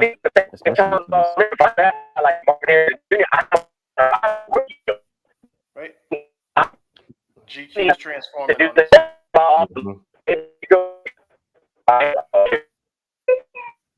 It's because I'm at high. Let me see. I might come back. All right, I think I'm back. But all right, there you go. All right, cool. But like I said, you can get him, and if you have him on a rookie deal and you have Joshua Dobbs on a team-friendly deal, I can now go draft offensive lineman, go give me that generational defensive end, defensive tackle, maybe linebacker. I can build the future knowing that I have a quarterback on the cheap and I got my skill players on a rookie deal. Yep. Which and is that's the best what I was way to saying win, before. Like somebody like a Joshua who's already shown you without Jettis, he can perform in that offense. And look, if Jettis comes back after this week, Minnesota might get that last playoff spot in the NFC, and they might go upset somebody. Like, they low-key might go upset somebody in the playoffs if it's all said and done. They could get in that last wild card spot. It's not out of the picture here. No, it's not. really not. Honestly, the NFC is. The NFC is interesting. It really is. Like if I'm the bottom of the NFC, you literally have a chance to send somebody home in the first round because slip. Because not to mention the other wild card team could be Dallas. If Dallas doesn't win the division and Philly wins the division, Dallas is potentially the 5 seed, and then Minnesota being the 6. You're like, it get real interesting. This is why this is why we got the best damn show on Blank Period. Because we segue into things without even having to segue into it. I was going to talk about that. Let's get to Dak Prescott. They're bringing his name up in MVP talk. Should Dak Prescott be an MVP candidate? And I'm going to tell you, hell to the effing no. You know why it's hell to the effing no? The Dallas Cowboys. And I was going to bring up, I was going to play an audio from my man. And this is my guy. He's a Maryland dude. He went to University of Maryland. I went to University of Maryland for a short stint. And but my brother, I don't know if my brother's still on. But Dominique Foxworth. Dom, that's my guy. But you are completely wilding out on this. Yeah, no, Dom was tripping. Like, talking about, he didn't get no running game from Tony Pollard. Really? Really? Okay. Tony Pollard, in the first game of the season, ran for 72 yards and 2 touchdowns. It may not seem like a lot to y'all, but 72 yards and 2 touchdowns is a legit running game. He then followed that up with another 77 yards and a touchdown. And then the week after that, he ran for 122 yards. Then they just stopped giving him the ball. Like, and now, mind you, they also talk about Dak being in the MVP conversation. The Jets, look, they beat the Giants. They dog walked the Giants. He did not score. He did not throw a touchdown. There you go. Not one. He did not throw one touchdown. The defense scored 3 touchdowns. Locked them. And there are multiple games this year that the Cowboy defense has scored more points than the offense. Not to mention, the Dallas Cowboys have not beaten a team with a winning record this season. Actually lost to. I'm going to tell you who they beat. They beat the Giants. They beat the Jets. They lost to the Cardinals. Mm-hmm. Beat the Patriots. Lost to the 49ers. Mm-hmm. Beat the Chargers. Beat the Rams. Lost to the Eagles. And then beat the Giants again. That is an ass schedule. You're supposed to have the record and you lost to the Cardinals. We still don't know how you did that. Shout out to Joshua. I was gonna say we seen that Joshua Dobbs magic, man. What we seen exactly how that happened. Like, no, Dak Prescott does not get an MVP vote for being the smartest retarded kid in the class. Oh my God, he went there. Oh my God. Oh my gosh. And this is the thing about Dak, right? Dak, I've always said this. I've always said Dak is a really good quarterback, right? He's not a great quarterback. He's not an elite quarterback. He's not a quarterback that's going to take you to the promised land, but he's a really good quarterback, right? He's somebody who you would trust to run your offense. But the thing about Dak is his decision-making skills are kind of up in the air sometimes, and he has horrible clock or time management, right? This is the reason why I didn't think that him and Mike McCarthy was going to work out, because Mike McCarthy also has horrible fucking time management. You have 2 guys that suck at fucking time management, then you're going to lose a lot of goddamn football games, especially important ones. But I can't look at Dak as an MVP candidate because when you have a defense like that, and it's hard to score on your defense, it makes your job look easier as a quarterback, right? So you can't really point out the MVP on that team. It's like, well, that guy's good over there. That guy's good over there. But, like, how would they look without that guy? How would they look without that guy? You know what I'm saying? So, like, we can't sit up here and say that Dak is an MVP candidate because he's had a good defense for the past 3 or 4 years and he's looked pedestrian in those years. And he starts off looking great. Oh, my God, Dak this, Dak that, Dak this. And once it starts to get into the end of the season or the middle of the season, he starts to slow down a little bit. Now, one thing I will say about Dak is I'm glad he's actually healthy going into the second half of the season. But when you have it's one thing to have an okay defense or a mediocre defense and shine or ball in spite of that. But when you have a great defense and you still kind of just look like you're not playing bad, but it's not like you're doing anything superstars or outlandish to the point where it's like, oh my God, Dak is out here throwing 5 touchdowns. He's throwing the ball all over the rack. He's hit 5, 6 different fucking receivers. He's this 6, 7 100-yard game, 300-yard game in a row. Like I'm not hearing that about Dak, bro. Like I'm hearing the defense played very well. Dak played a solid game, and the Cowboys won by a lot. The last 3 games were the only games that he threw for over 300 yards. Now, he threw for 300 yards against the Rams. They suck. He threw for almost 400 yards against the Eagles. They were getting their ass kicked. He had to do that. Yep. A lot of them came in garbage time. And then 400 yards against the Giants. But it's the Giants. So, but when you had to play the 49ers, you threw for 153 yards. Like, that's who you might have to see in the playoffs. You don't want to do that, bro. You're definitely going to end up seeing the Niners again in the playoffs. And that's what people are going to start to judge you by is I know that the MVP is a regular season award, but people are going to start to judge you by your playoff losses. You can't keep getting bounced in the first round, big dog. Nope. That's not a good look. That's not a good look, man. You're going to have to win one of them. You're going to have to win one of those. You're going to have to win one of those motherfuckers. Yeah. Like he's definitely on the short leash. Like his time is coming. He's going to have to show improve at some point. He's going to have to just show that he himself, right? If he wants to be that guy, right? He wants to be the $200 million guy. He wants to be the contract guy. He wants to be the guy looked at on the team. You're going to have to start showing the guys that you can will your team to a win no matter what, right? Defense playing bad, injuries, no Micah Parsons, no Trayvon Diggs, no this guy, no that guy. Like, are you going to be the guy to will your team to a win? Yes or no? Like, that's what it's going to ultimately come down to. And if you can't be that guy, they're probably going to end up going with somebody else. That's just how it's going to be. They asked this question. Is Dak Prescott an all-time great Dallas Cowboys quarterback? No. Thank you. I don't know why this was that's a hell no for me. Like, I don't understand why this was even a conversation, but they tried to make it one. Easy no. Like, they really tried to make it a conversation. I'm just like, how? No. Like, on what ground? On what plane? There are 2 quarterbacks that are considered. That is it. Roger Staubach, Troy Aikman. That is it. That is it. Everybody else are just guys. They're just guys. And Tony Romo, we see you and we appreciate you with your announcing skills. You're doing a really good job, but hell fucking no. We're not going to act like you didn't fumble that goddamn snap in that playoff game against the Seattle Seahawks, and that's why you were probably the main catalyst as to why quarterbacks stopped holding fucking snaps on PATs, Tony Romo. Yep. Basically. I think he is the reason.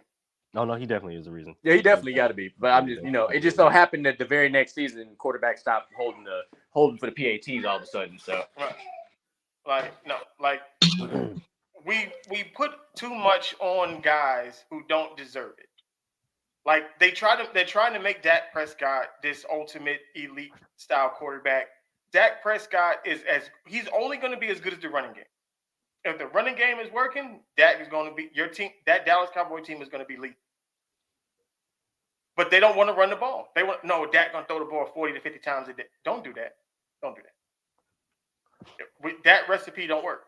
I mean, it's the proof has been in the pudding for years, bro. Like it's literally been in the pudding for years. Like it's literally analytical and stat proven at this point where whenever the Cowboys run the ball more than they throw the ball, they literally win 90% of the games. So and then I'm gonna get to this. Gonna make GQ mad. Because we're going. It probably won't, but you can try. I know it's not. I'm just saying this because this is your team. Mac Jones. We straight up ass juice. Like we ain't even dog water. We just ass juice this year. Mac Jones, and what made me realize for real, because I always said he was trash. Always did it. Always said it. What made me realize I was watching the game. I forgot who it is playing last week. They were playing the Colts in Germany. The Colts. It was the Colts game. That's what it was. I watched them in the second half. They ran literally a Pop Warner offense. They was like Ezekiel up the middle until he gets tired. And then when he gets tired, Ramondre up the middle. Until Ezekiel Elliott is ready. And then if we can't do it, maybe we'll throw a pass, but we're going to throw it real short. Just enough to get the first down. And then when we get the first down, we're going to do it again. Ezekiel up the middle. Ramondre up the middle. You know what's fucked off? Is it damn near worked? No, it damn near worked. No, but that's the fact that, and we've seen this twice now with Bill Belichick and Mac Jones. Where he just said, you know what? You can't do it. We just going to run the ball, dog. We just going to run it. Ezekiel Elliott looked like Dallas Cowboy Ezekiel Elliott. And Ramondre Stevenson, like they were just switching them two up the middle. That was it. And Mac Jones just couldn't make the throws that they needed when they needed to make. When are they going to the Pro Bowl? But nobody is going to talk about how bad Mac Jones. He made a Pro Bowl last year. I just want everybody to know that. And he shouldn't have made it. That was a joke. Crazy, right? I just want everybody to know that. Just want everybody to remember that. He was doing a gritty and shit. Like Mac Jones, like they'll talk. Look, y'all know how I feel about Justin Fields. But if they was like, look, you gotta take one of these two, it's like, give me Justin, bro. Oh my gosh, bro! Like, and this is the thing, right? Like, I'll take Zach Wilson. Fuck yeah! I will take. You put Zach Wilson in that Patriots offense right now, they have at least 5 more wins. It's like because the Patriots have lost more close games than they lost blowouts. But he gonna be on the Bo Nix plan. He gonna go back like, let me get a couple more years back in college, get my shit right.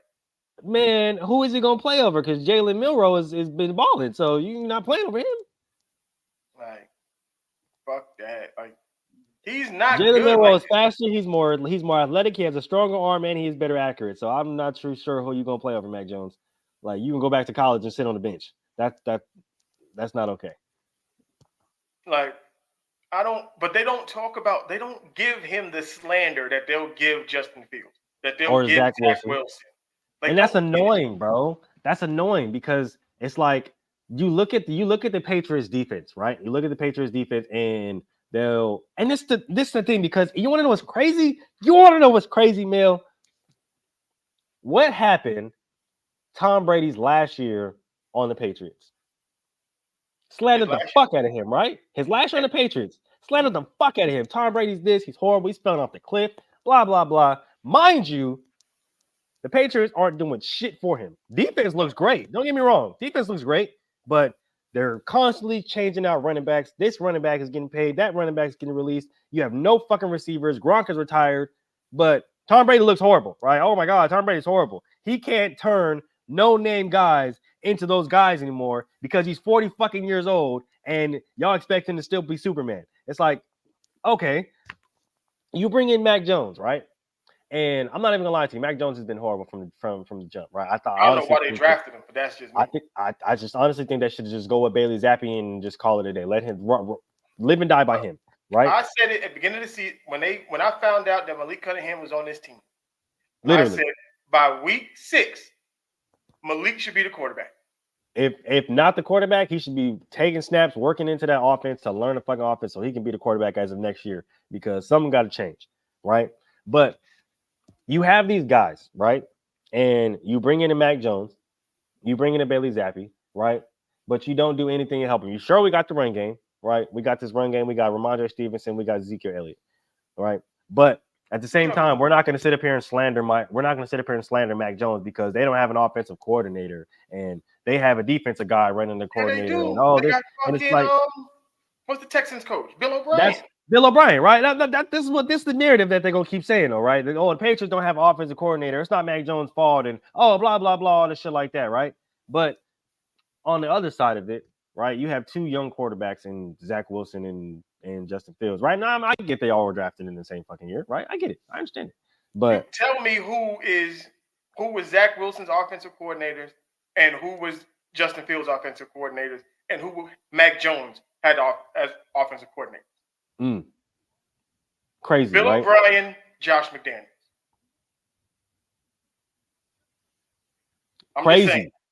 Crazy, right?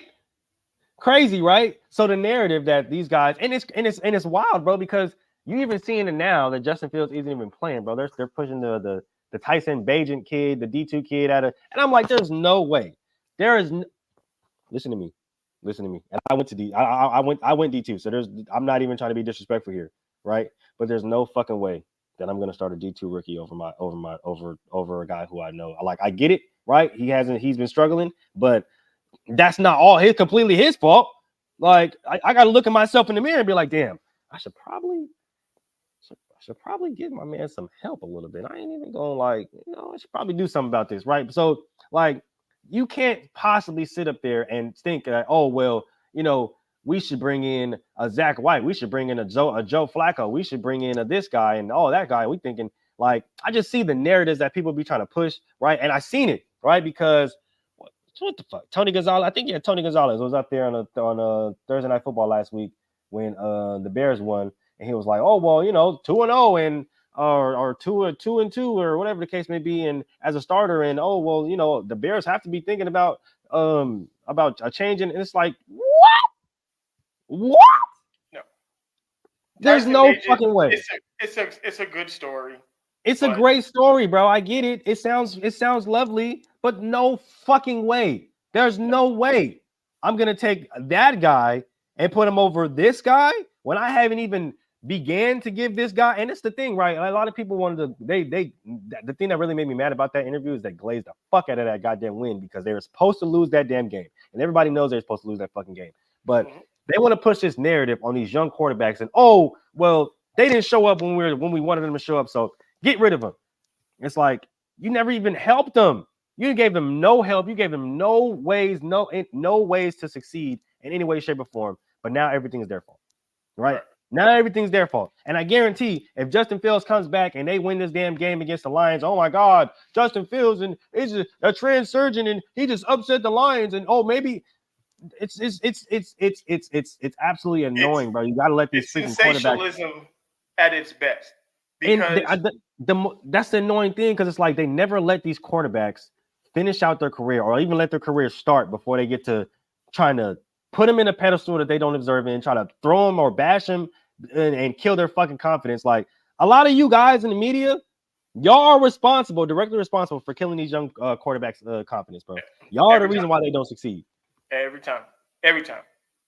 And it's stupid. It's dumb. Like, allow these kids to be kids and grow into the positions and into this league and let it happen. And I want to point out this comment, right? Because my boy really been cooking in the comments, man. And yeah, that's why I'm putting him up.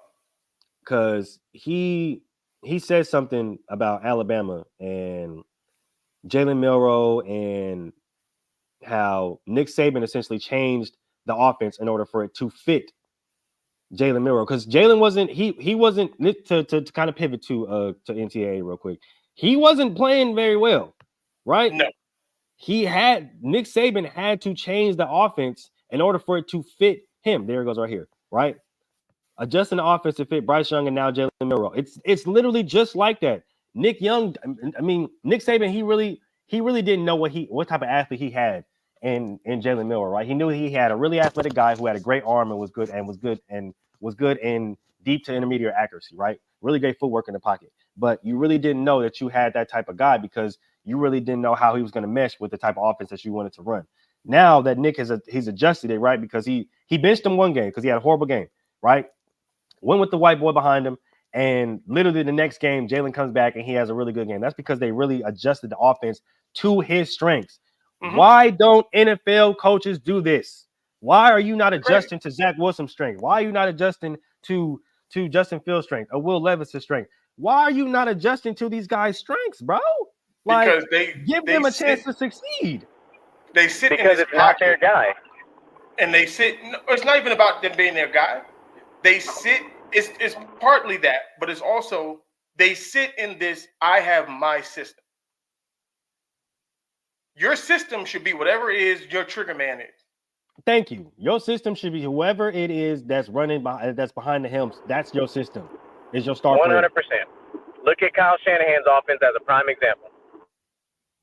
Yep. Like that offense it looks totally different. It looked different when Trey Lance was in there. There was more RPOs. Everything looked different than what it looks like now with Brock Purdy. It looked totally different than when he had Kyle Shanahan. I mean, what's the name? The dude from Matt Ryan. Mm-hmm. Which is totally different than RG3. Yep. Remember, this man made Nick Mullins look like a first-round draft pick. Yeah, he did. Beat the Raiders. Like, as offensive coordinator changes with his personnel. A good coach knows that, though, when you have to. And there's another one. Because remember, I don't know if y'all remember when Alabama had what was his name? It was Star, the black kid. I want to say Star Jones, but it's not Star Jones. Hold on. Wait, which kid? His first name was Star. He played at Alabama. This is the first time I saw Alabama have a black quarterback. And I was just like, I thought you were talking about this year's quarterback. No, before Jalen Milroe, they had a dude. His name was Star something. What was his name? Hold on. He hit the transfer portal. Yeah, he hit the transfer portal. Because they didn't know how to use him. And that's why Nick figured I need to adjust, because he figured that I don't have a guy like Bryce. Like, Jalen's not Bryce. Like, he's not Mac. He's not even Jalen Hurts, right? Like, he's not Tua. So I have to adjust. He wasn't even Mac Jones. Mac Jones looked like a damn first-round quarterback in Alabama just because of all the shit around him. He's not those guys, right? So I have to adjust to this kind of play style. I think that is his name. What is his damn name? Hold on.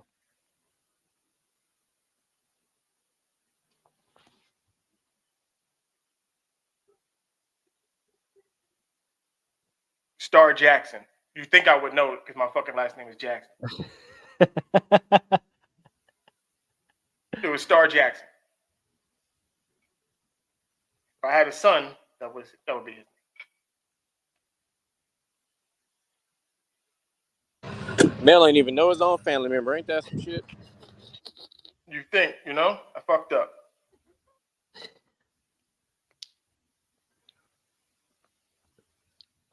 But it's just crazy how a lot of these guys will get a lot of flack for their coaches not adjusting their coaching style to them, right? And I've seen a lot of people were after the last Bears game, they were or even the last Jets game, right? Like that they played against the Raiders, they were dropping a lot of college highlights like Zach Wilson and Justin Fields, and they're like, "Oh, what happened to these guys?" I'm like, "Well, they went to fucking horrible. First of all, they went to horrible fucking situations. They went to horrible teams, right?" And the next thing is, look at how the offense is ran in this situation compared to the situation that they're in now, right? Everything is 1-2 boom, 1-2-3 boom. It's always on it's on a time, it's on a tempo. Everything is on a rhythm. It's 1-2-3, 1-2-3, 1-2-3. In Chicago or in New York, it's not like that, right? Like, they have these guys trying to run offenses that's not for them, and we need you to get out the pocket, and we need you to do this, and and especially in Chicago, where it's like, oh well, we know you had over 1,000 yards last year, but stay in this pocket and throw the fucking ball. Other than actually getting out of the pocket, letting them see how dangerous you are, having them remember how dangerous you are as a runner, syncing the defense up, and then throwing it over their head like an easy pitch and catch. Right, like that should be the fucking offense. Like their offense should be the Chiefs' old offense. That's how the Bears' offense should be right now. Yeah, but like, they wanted to be, oh no, Justin, stay in the field and stay in the pocket and throw a good ball. That's not his strength, bro. Let that man get out the pocket and run the fuck around. He's not stiff a pocket on somebody. And then 6'4", 6'3", fucking 200-something pounds. Let him run around, stiff on some fucking body and throw the ball down the goddamn field. Like, you let Patrick Mahomes do it. You let Aaron Rodgers fucking do it, and he shouldn't even be fucking doing it when he's 38-year-old ass, bro. Like, let these young guys work and develop within their strengths so that they can show you how they were successful in college. That only makes sense. Or well, not to mention a lot of these college quarterbacks nowadays are coming out of pro style offenses, which means they're competent, which means maybe I should play to the strengths of what this kid was doing in college, which was run a pro style offense. Why are we not doing that? I'm gonna tell you why. This is the funny part about all of this. This is the funny part. Because the pros aren't running pro style offense. Facts. That's the problem. They're running offenses that they're not. It used to be that the college game didn't translate to the NFL. Now the problem, because the games were so different that the NFL was very 1, 2, 3, let it go. 1, 2, 3, let it go. West Coast offense, short passes, you run after the catch, yada yada yada. That was the NFL. It's totally different now. The colleges are doing that. The NFL's not doing it. The NFL is more gimmicky now. True. Very, very, very gimmicky. Very gimmicky. Yeah. Hey, point taken. I know Walter Lewis, man. It's just when you see some of these quarterbacks that have this we'll call it the basic quarterbacking skill set, and then they come to the NFL and it's like whatever team they get drafted to, it goes 100% back to what you already said, Mel. These coaches are so stuck on my system as opposed to molding the system around the players. Yep. Every time, and it sucks because what you do, what happens is then they blame the player. Don't blame the player because you doing something wrong. Don't do that. Because you suck. You blaming the player because you suck. You can't fucking coach, which goes to show that not everybody is cut out to fucking coach. Not everybody is a good coach. Just because you played or just because you quote unquote know the game, whatever the case may be, that doesn't mean you're a good coach, bro. Nope. The best coaches are those who mold to what is currently happening. Even a legendary coach like Coach K at Duke had to mold when the one and done became a thing and all this type stuff. And what did he do? He molded. Even Greg Popovich had to do the same exact thing. Even Bill Belichick, say what you want about him, he had to mold when they started going to these high-powered offenses. He tried his best, but at least he tried to mold. True. Yep. All right. So we can quarterback. I didn't know I knew we was gonna go heavy on quarterback stuff. I didn't think we was gonna go this deep. We went deep. We did the whole deep dive on these quarterbacks. Well, I mean, it was needed. It was necessary. We're gonna do the same thing for our big guys next week. So we're gonna definitely. But you said it, Mel. You said this was gonna be a quarterback focused show, and that's literally been 98% of what we've been talking about. Yep. Yeah. As it should have been. So let's me and Moo did we did the picks last week. Ravens Bengals. We both took the Ravens, and the Ravens showed out last night. Next week. That's true. On Thursday, because it's Thanksgiving. Yep. We got 3 games. Isn't it like actually we got the Black Friday game too? Huh? Yeah, we have a Black Friday game next week too, but I think the Jets have next Thursday night, don't they? Yeah, there's the Black Friday game is Miami. Miami has the Black Friday game. Miami and the Jets. Mm-hmm. There we go. So, we got the classic Washington Cowboys game. You know where I'm going with this. So, what say you guys?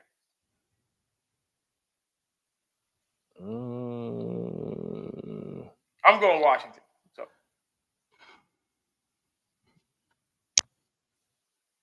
have they played yet? No, this is their first time. Is this the first time playing? Yeah. Give me Washington. So. I think it's their first time. Let me see. Give me Washington. We got So we got Washington versus who now? Cowboys. The Cowboys. Uh-oh. Oh, here we go. Yeah. All right, my bad. I'm back. We got Washington versus who? Yeah. This is their first game. This is their first time. They play now and the Washington and last the game Cowboys. and the last game of the season. You know what? Give me Dallas in the first game. Washington might fuck around and beat them in the second one though. That's the reason why I asked, because I think Washington gets the first one. I think Dallas might scrape out that second one. Yeah, see, I think it'll be the opposite because I think Dallas gonna try to ride high off of that beat down of a terrible team in the Giants. Dallas playing Washington on Thanksgiving never works out for Dallas. So this is a tradition. But neither does Dallas playing games on Thanksgiving in general. I think that worked out better for Nick, though. Honestly. Yeah, this is a traditional ass whooping. Because remember they took a ass whooping on Thanksgiving to the Raiders before too. Mm-hmm. This one is crazy because both teams are 6-3, and they don't feel like the same 6-3. 49ers Seahawks. I don't know what it is, but I feel like the Seahawks can't beat the Niners in the regular season. Yeah, no, I'm definitely taking the 49ers. And I was hoping my boy CC, if you're watching, shout out to my boy CC. If you're watching, I was hoping he'd be on here because he's a Seahawks fan, so I was hoping he'd get on here and talk his shit about the Seahawks and the Niners. I got the Niners. I'm not gonna say convincingly, but it kind of does normally happen convincingly. I think I'm gonna take San Francisco by a field goal. I think this game is gonna be a low scoring game and it's gonna be very close. Both defenses gonna show out. All right. Now this one, classic, and I'm still holding on. Still got love. My love's not gone yet. Packers and Lions. Oh man. I'm going to take the Lions because it's Thanksgiving and the Lions don't lose on Thanksgiving. And honestly, that's where I'm going with that. You know, Lions don't lose on Thanksgiving, man. So I still love Jordan Love though. You're like, oh yeah, no, we still got the love, baby. You know what I mean? I don't know how to feel about this game. There's so many stories in this game, but I'm gonna go out on a limb, and I'm gonna take Green Bay, and I say this is the first game of the season that Green Bay puts everything together. And I wouldn't be shocked if it happened. That's the honestly thing. Me neither. I wouldn't be shocked. I'm expecting this is the game where Christian Watson, Romeo Doubs, Aaron Jones, this is where Green Bay just puts it together, and I'm gonna go bold with it. And I'm gonna say Jordan Love gives you 325 yards passing, 3 touchdowns, no interceptions. I'm going bold. Oh, you going big love? You going save on that? You going big love? I got nothing but love for you, baby. Yeah. All right. Then we got the Friday game because that's going to be right before we come on the. It's going to be playing while we're on the show. Yeah. So that'll be the Jets and the Dolphins. I'm telling you right now, you already know. I'm putting the Z like Zorro for Zachariah. I ain't gonna lie to you. I am not gonna lie to you. I'm hoping, right? This is probably like going out on a limb. It's probably a strong hope, but I am hoping that the Dolphins fall 2 in a row because we got the Dolphins this week, and the Jets got them next week on that Friday, and I'm hoping they fall 2 in a row. I need the Jets, man. I ain't even gonna lie to you, dog. I need the Jets in this, man. Zachariah, let's do it. This game here. This game is literally set up for the Jets to just absolutely shut this offense down the same way that Philadelphia did. I think they can do it. I do think they can do it. And I think Quentin Williams puts the stamp on his MVP. So here's the only problem with that game is that Garrett Wilson is questionable. True. And if Garrett Wilson does not play, I don't think the Jets win this game solely on their defense. Because somebody got to do something on the Jets offense. And if Garrett Wilson's out, they're gonna stack the box and they're gonna take Breece Hall out this game. But this is where I think it kind of helps Zach, where he doesn't feel the need to force the ball to Garrett Wilson, and he can just be a point guard and distribute. Man, my boys, Tyler Conklin and Allen Liver. Here's the thing. I don't think he's forcing the ball to Garrett Wilson. Nobody else is making plays with the ball in their hands but Garrett Wilson and Breece Hall. Like, Lazard ain't caught very many passes at all. He's dropped a ton of fucking passes this year. That's true. Yeah, like, Conklin every now and again makes a couple catches, but, like... Conklin comes in at the times where he got to get more touches. They got to figure out how to get him involved. He comes in at times where it's like, okay, Zach is like dead in the water, and next thing you know, here comes Tyler Conklin making a fucking grab out of nowhere. Yeah, I'm with that, but I'm gonna keep it normal and give me Miami pulling off a close one. Miami can't keep losing to elite defenses. They've eventually got to beat one. So unfortunately, it might come at the hands of the New York Jets. Yes, they can, because they got a subpar quarterback, and this is what happens when you got a subpar quarterback. So let's go to this week. First game on the docket. This is a rematch, I think, for sure. I think this is a rematch. I think DTR, his first start was when he had the emergency start was against the Steelers, and he lost, got his ass whooped.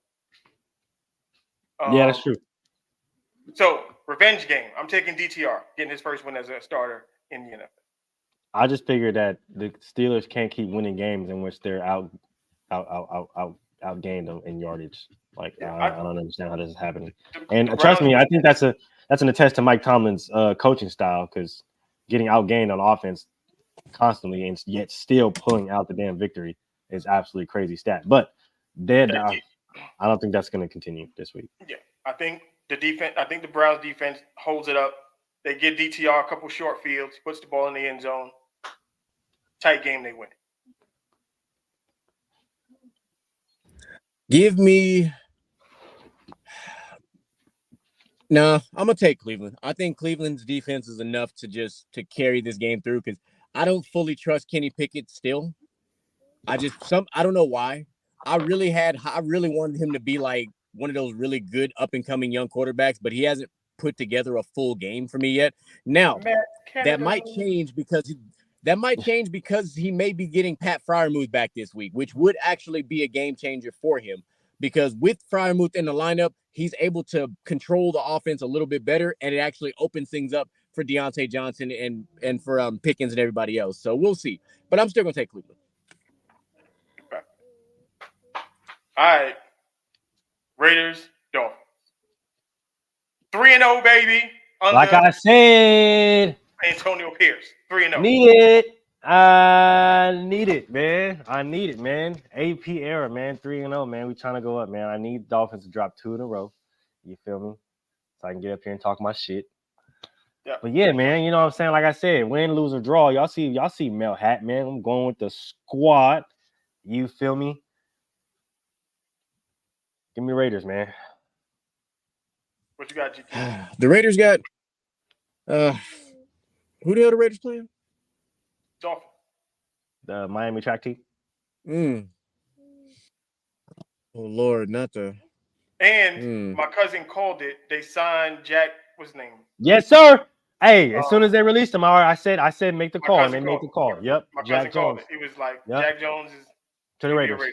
Yep. All right. As soon as it happened, I literally said, yep, Jack Jones is a Raider. And AP was his coach in high school.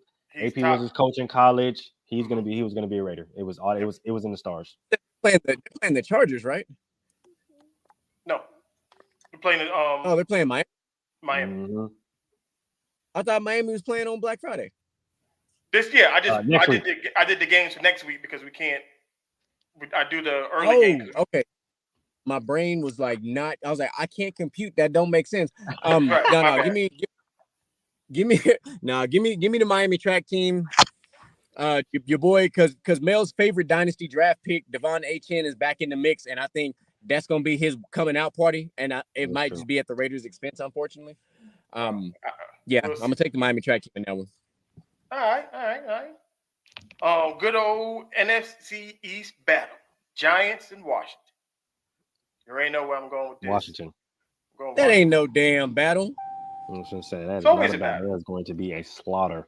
I said NFC East battle. Okay, that makes sense. That makes old more sense. battle I get. Yep. Old battle, yes, definitely. As of new, fuck no. This game will be Sam Howell's best game of the season.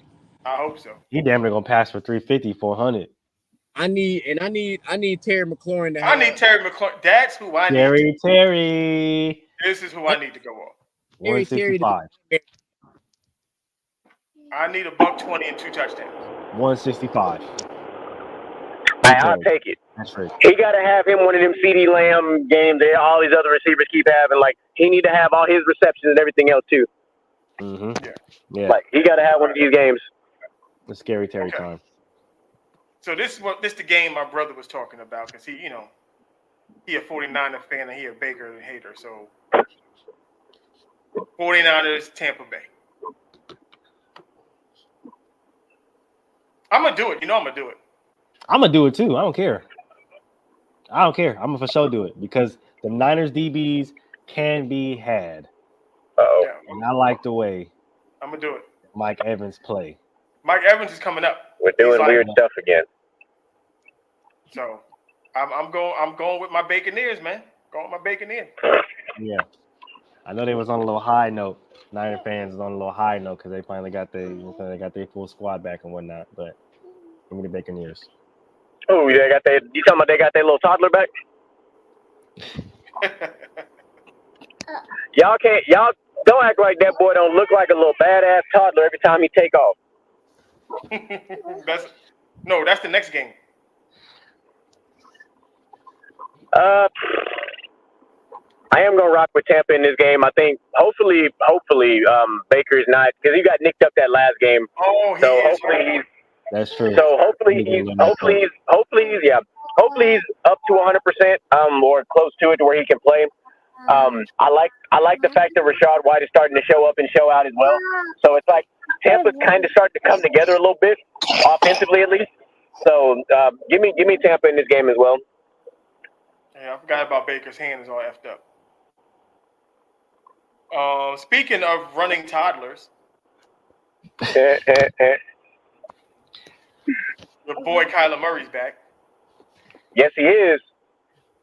And they're Call heading of Duty to finest, Houston. baby. They are heading to Houston to take on the Texans. That's going to be a hell of a game right there. It's funny because I just noticed this after watching last game. Kyler Murray runs exactly like my son. I'm telling you, bro, he do. But and you know what? Can't nobody catch that motherfucker either. They sure can't. Tell me y'all saw that fucking video of the sky cam footage that they did of that man on that scramble. That shit was beautiful. Yep. He literally looked like the parent that was chasing the toddler who didn't want to put their fucking diaper on. Like just running around the house, booty bone naked, just get your little ass here. No. Like that's what the fuck Kyler looked like on that one play. Shit was hilarious. Yeah, that's what he run like for sure. But I'm gonna tell you right now, in this game, give me the upset. Give me the upset because not only do they have Kyler Murray back, they also have James Conner back, which also means that Marquise Brown can go off. And it's just, I think this is, I ain't saying that like Arizona finna rattle off like 7 wins or nothing crazy like that, but I think they have enough firepower and offense to pull off the upset. I think D'Amico Ryans ain't having that bullshit. I was gonna say, I think D'Amico said, sit your little ass down and put this diaper on and watch the front. It's like, put this diaper on, so true. You're not wrong. Granted, Houston did give Lamar problems, but the difference is, I do think when it comes to the deep ball, I do think Kyler throws a better deep ball than Lamar. Yeah, I'm just going based off of the familiarity of him playing against Kyler with the 49ers. Okay. I mean, but he don't have the same personnel he had with the 49ers that he did with Houston either. Now, Houston got some dogs now. I'm just saying, but that 49ers defense that you're referring to might be some future Hall of Famers on that motherfucker. Yeah, no, 100%. Will Anderson going to show out this week. That's what I think Will Anderson should have a pretty good game this week. You know what? But Will Anderson has had a pretty decent season, given the circumstances. Definitely. I'm going with the Texans. Yeah, I'm going Texans on it. So. Oh, also, it just broke today. No Damian Pierce in this game either. So it is the Devin Singletary show once again. Devin Singletary show. Oh, also Noah Brown is not playing. Yeah, Noah Brown is also out for the Texans as well. So those are huge for them. Definitely huge. Those are big. Interesting game because it's weird. It's weird. The Jaguars have been a little weird lately. A little weird. So we got Jacksonville, Tennessee. I think that anomaly last week was kind of due to the two future Hall of Fame Ohio State pass rushers on the outside, causing abnormal amounts of havoc. Well, I see a bounce back for the Jags this week. I'm gonna go bounce back. It's not every week. So I think, and I think what what you said too, I think is half right. I think the other part of it too is, but Jacksonville's been struggling for the last 2 weeks. And 3 weeks. That's because the offensive output from the offensive output from Trevor Lawrence has not been what people expected it to be this year, and Trevor Lawrence hasn't really been what we thought he would be coming in, because we thought that Jacksonville would run away with this division, and that is far from the truth now in Week 11. Well, and that's actually valid, because outside of Travis Etienne, that offense has been really struggling all season. It's been inconsistent for sure.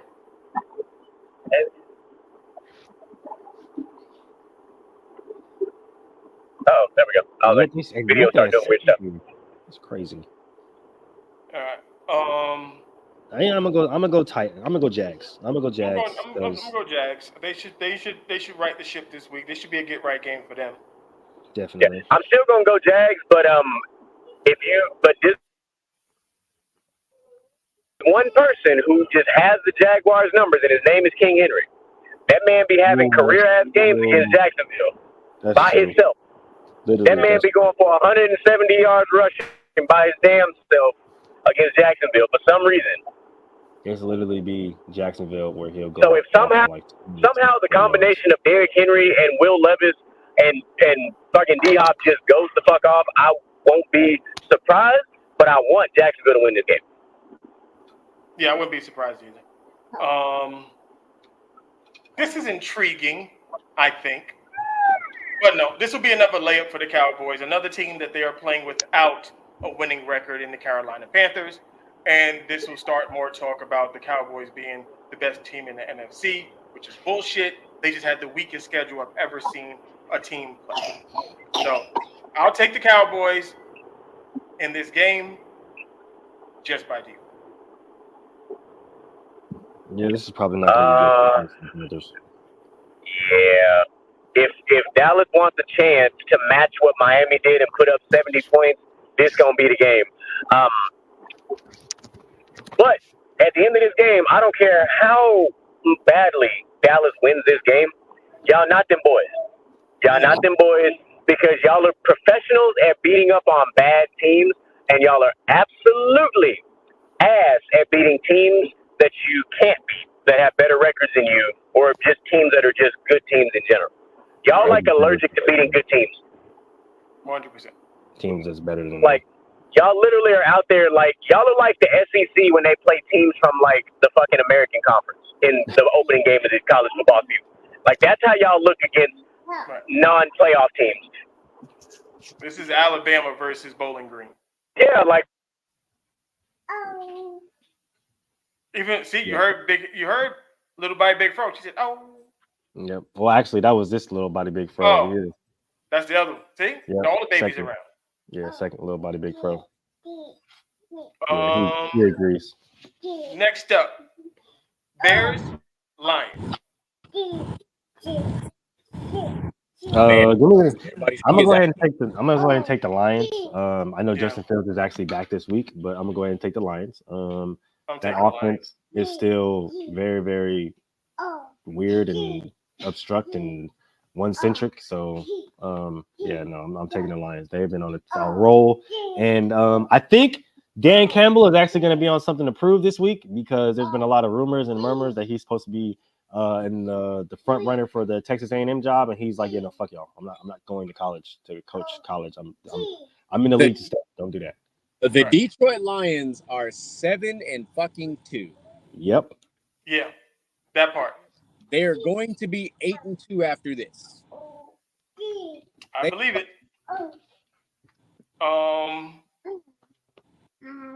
Chargers, Packers.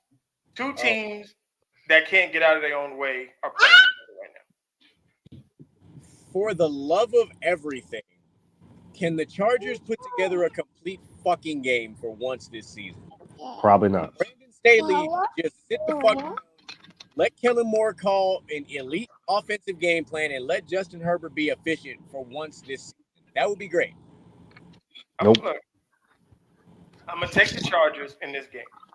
But like Mulich has taught me, Chargers will charge you. Only problem is that the Packers will packer this year. So no, if the Packers were going to packer, the Packers would blow doors off of their ass. But the Packers ain't been the same. Yeah, Chargers is going to charge her again this week because they're going to lose to the Packers. If they lose to the Packers, Brandon Staley needs to be fired on Monday. That's not going to happen. The Chargers will win this game, but again, I won't be surprised if Green Bay wins. And if Green Bay wins, we need to be talking about firing Brandon Staley like we've talked about since the preseason. If y'all ain't been keeping up with from the sidelines, we've been telling y'all Brandon Staley is very high on our coaches of this season list. He actually was number 1 on this list, but somebody else got fired before him. But that's neither here nor there. As he should have. Right. Another game. This one's interesting. Very intriguing. We got Jets, Bills. You said Jets, Bills? Jets, Bills. Oh, if the Bills lose this game,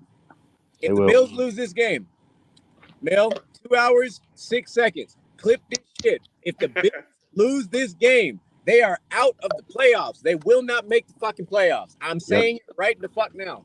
Yep. Well, I'm taking the Jets, so. Yep. My boy Robert. I got Zach going on a little tear, winning a couple games and getting the team primed and ready for Aaron Rodgers. I'm taking the Jets, and it's not even considered an upset. It's just the Jets defense can lock up those two receivers. Because the thing about it is, didn't they lose? They lost to the Jets in the beginning, in the first game of the season, right? They sure did. Yep, sure did. Okay. So, yeah, 2-0 with they're going to go 0-2 to the Jets. Yep. And Rams, Seahawks. That is a dog fight. That's gonna be. I think the Rams owe me something from that Dallas Cowboy debacle.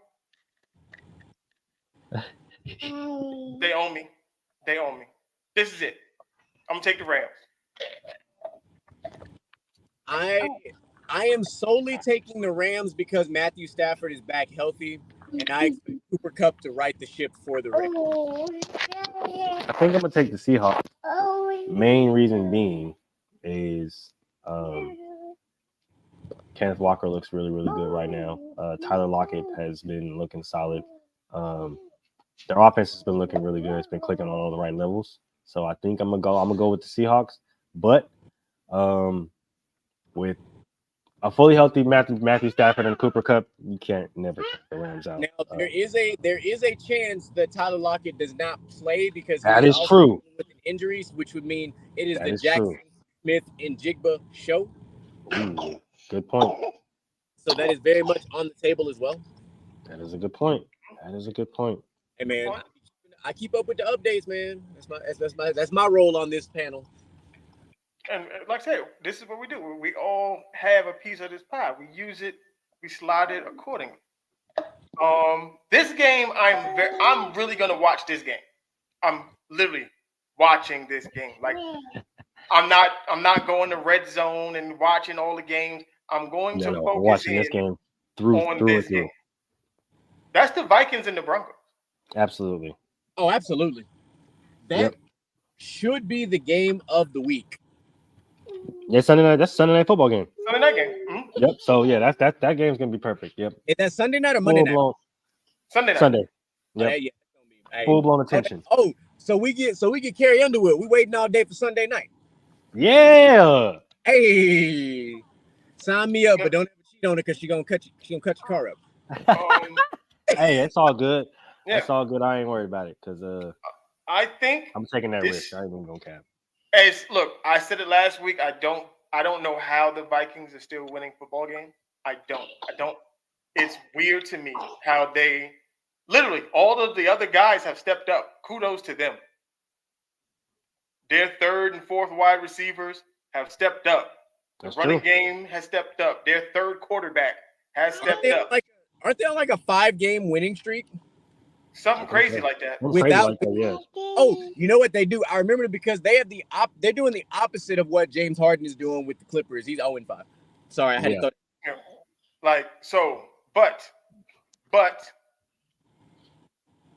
we gonna ride. Zach, look, my man, we gonna ride. My man Russ is here to claim they was shitting on his name. Russ is like, nah. Y'all gonna remember me. So that's how he said we're gonna ride with Broncos country, huh? I'm going Broncos country. Broncos country. You know what? I'm taking Broncos simply because they are finally using Javonte Williams like they were using him prior to the injury, and Javonte is starting to look damn good running that football. Yeah, and Russ, they're doing things with Russ that they should have been doing before. They're Long time ago. They're getting him on the edge. Not to mention, Courtland might have the catch of the year so far. No, that's facts. I called it. I called it as soon as it happened. I was one of the first ones that tweeted it. Touchdown. Everybody was like, "No." I was like, "Nope, that's touchdown." Did you see the next gen stats on that catch? It had a 0.3% chance of being completed. Yep. That is absurd. If that man would have sneezed, his big toe would have touched it. All he had to do was cough wrong, and it was wraps. And they look like, and the thing I like the most, the players look like they're rallying around Russ. Like, they're finally starting to buy into that system. They are, and the who Russ is. Factor is that defense is starting to show up. Finally, yeah. That defense looks like it did last year when they were playing above their heads. Mm-hmm.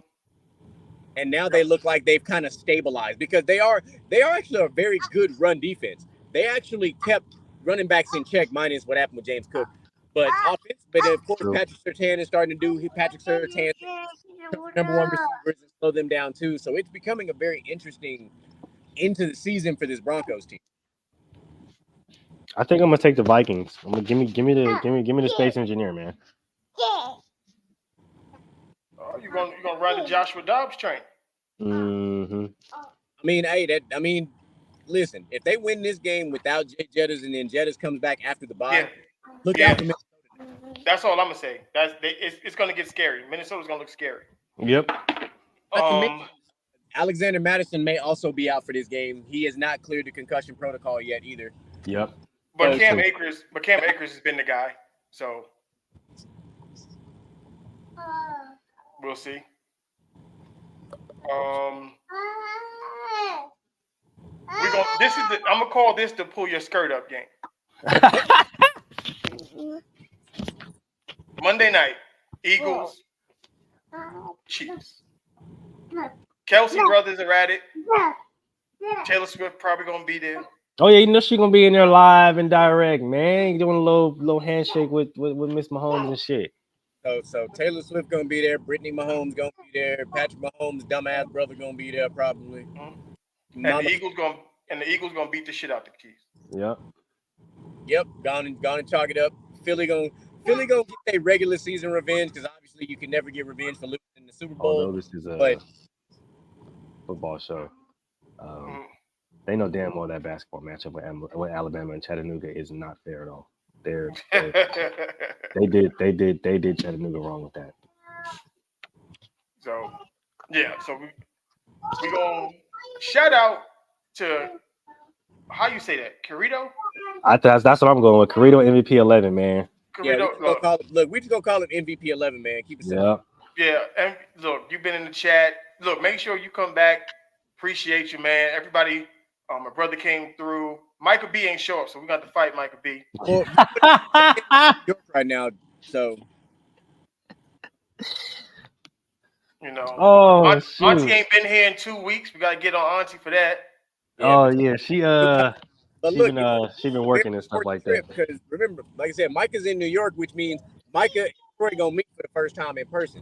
It's a big deal. That's true. Oh, okay. We do got a major FTSL link up going on this weekend.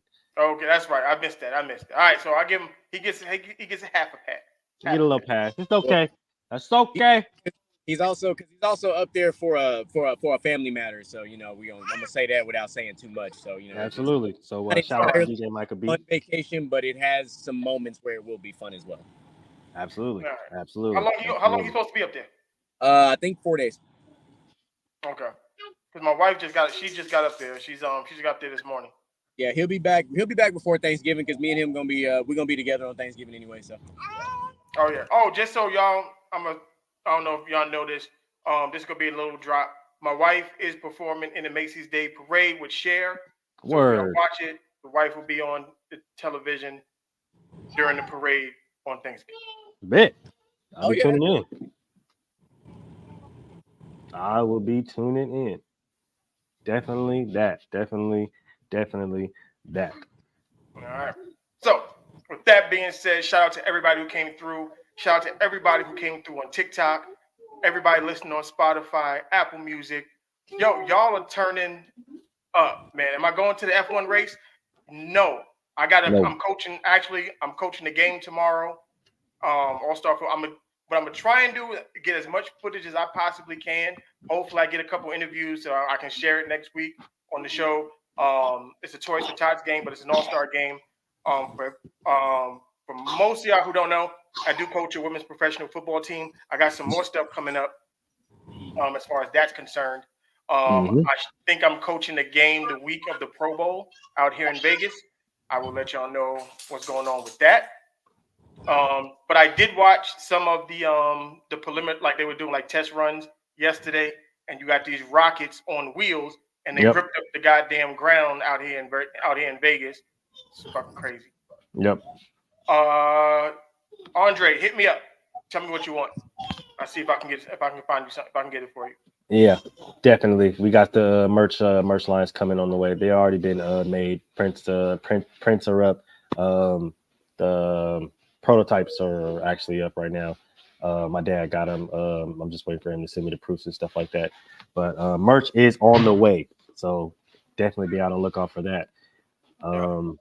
And Credo MVP, just to let you know, we do got a basketball show on Monday, so make sure you tune into definitely that. Come through for the basketball show. I'm gonna have to come through on that too because I got to talk about this Draymond Green shit.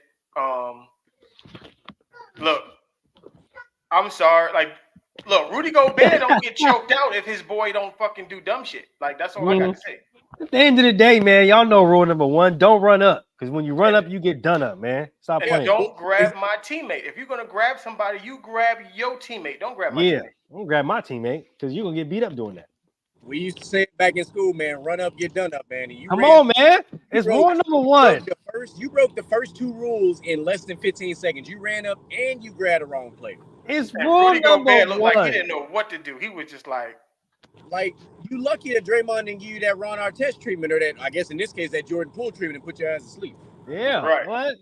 Rule number one, man. Don't run up, dog. That's just what it is, man. If your hands ain't really like that, don't ever run up into a brawl, man.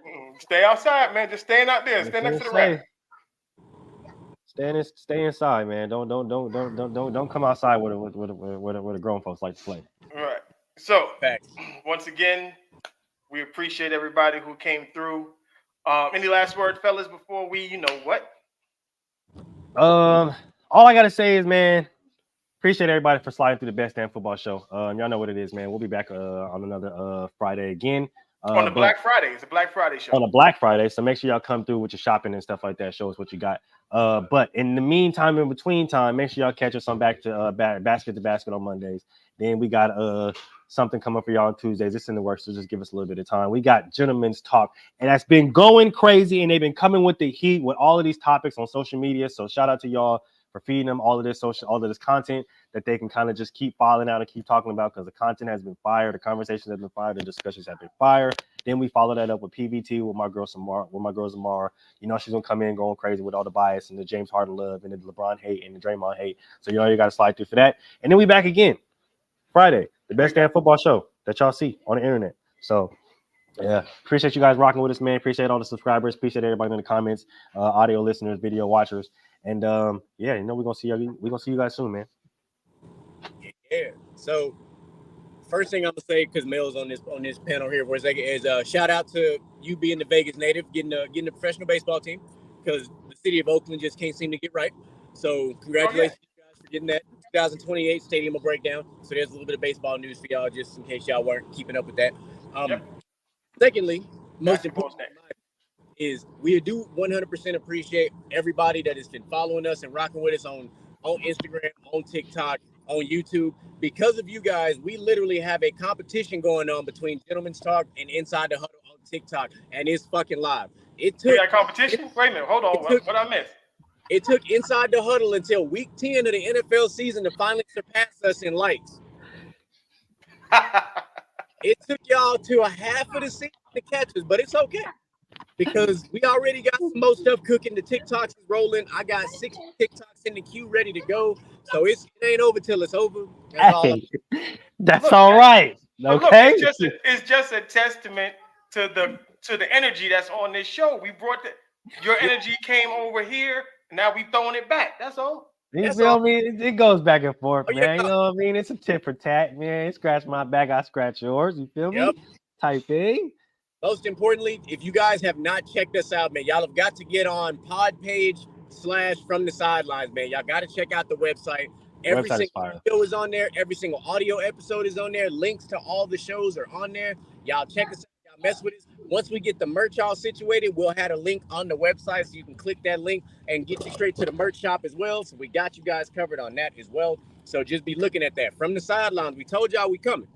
All right. If y'all ain't listening, I'm telling you, we got about 15% more of these seats on this train before we fully take off. It ain't gonna be no more room. So better get with it. It's gonna happen fast. I'm telling you that right now. It's gonna happen real fast. Real fast. We hit 500 and we ain't stopped yet. So y'all might want to get with it or get lost. Yeah, because we going up. Nothing can stop me. I'm all the way up. Yep, that might be like our outro next to the outro. Yeah. We got to make that put that in the works. Matter of fact, I'm gonna work on that this week. I got you. I'm gonna work on that this week. But we are out of here. We appreciate everybody that came through once again. We can't state it enough. We appreciate every single last one of y'all. And we up out of here. Yeah, come on, push your button. Push the goddamn button. Push the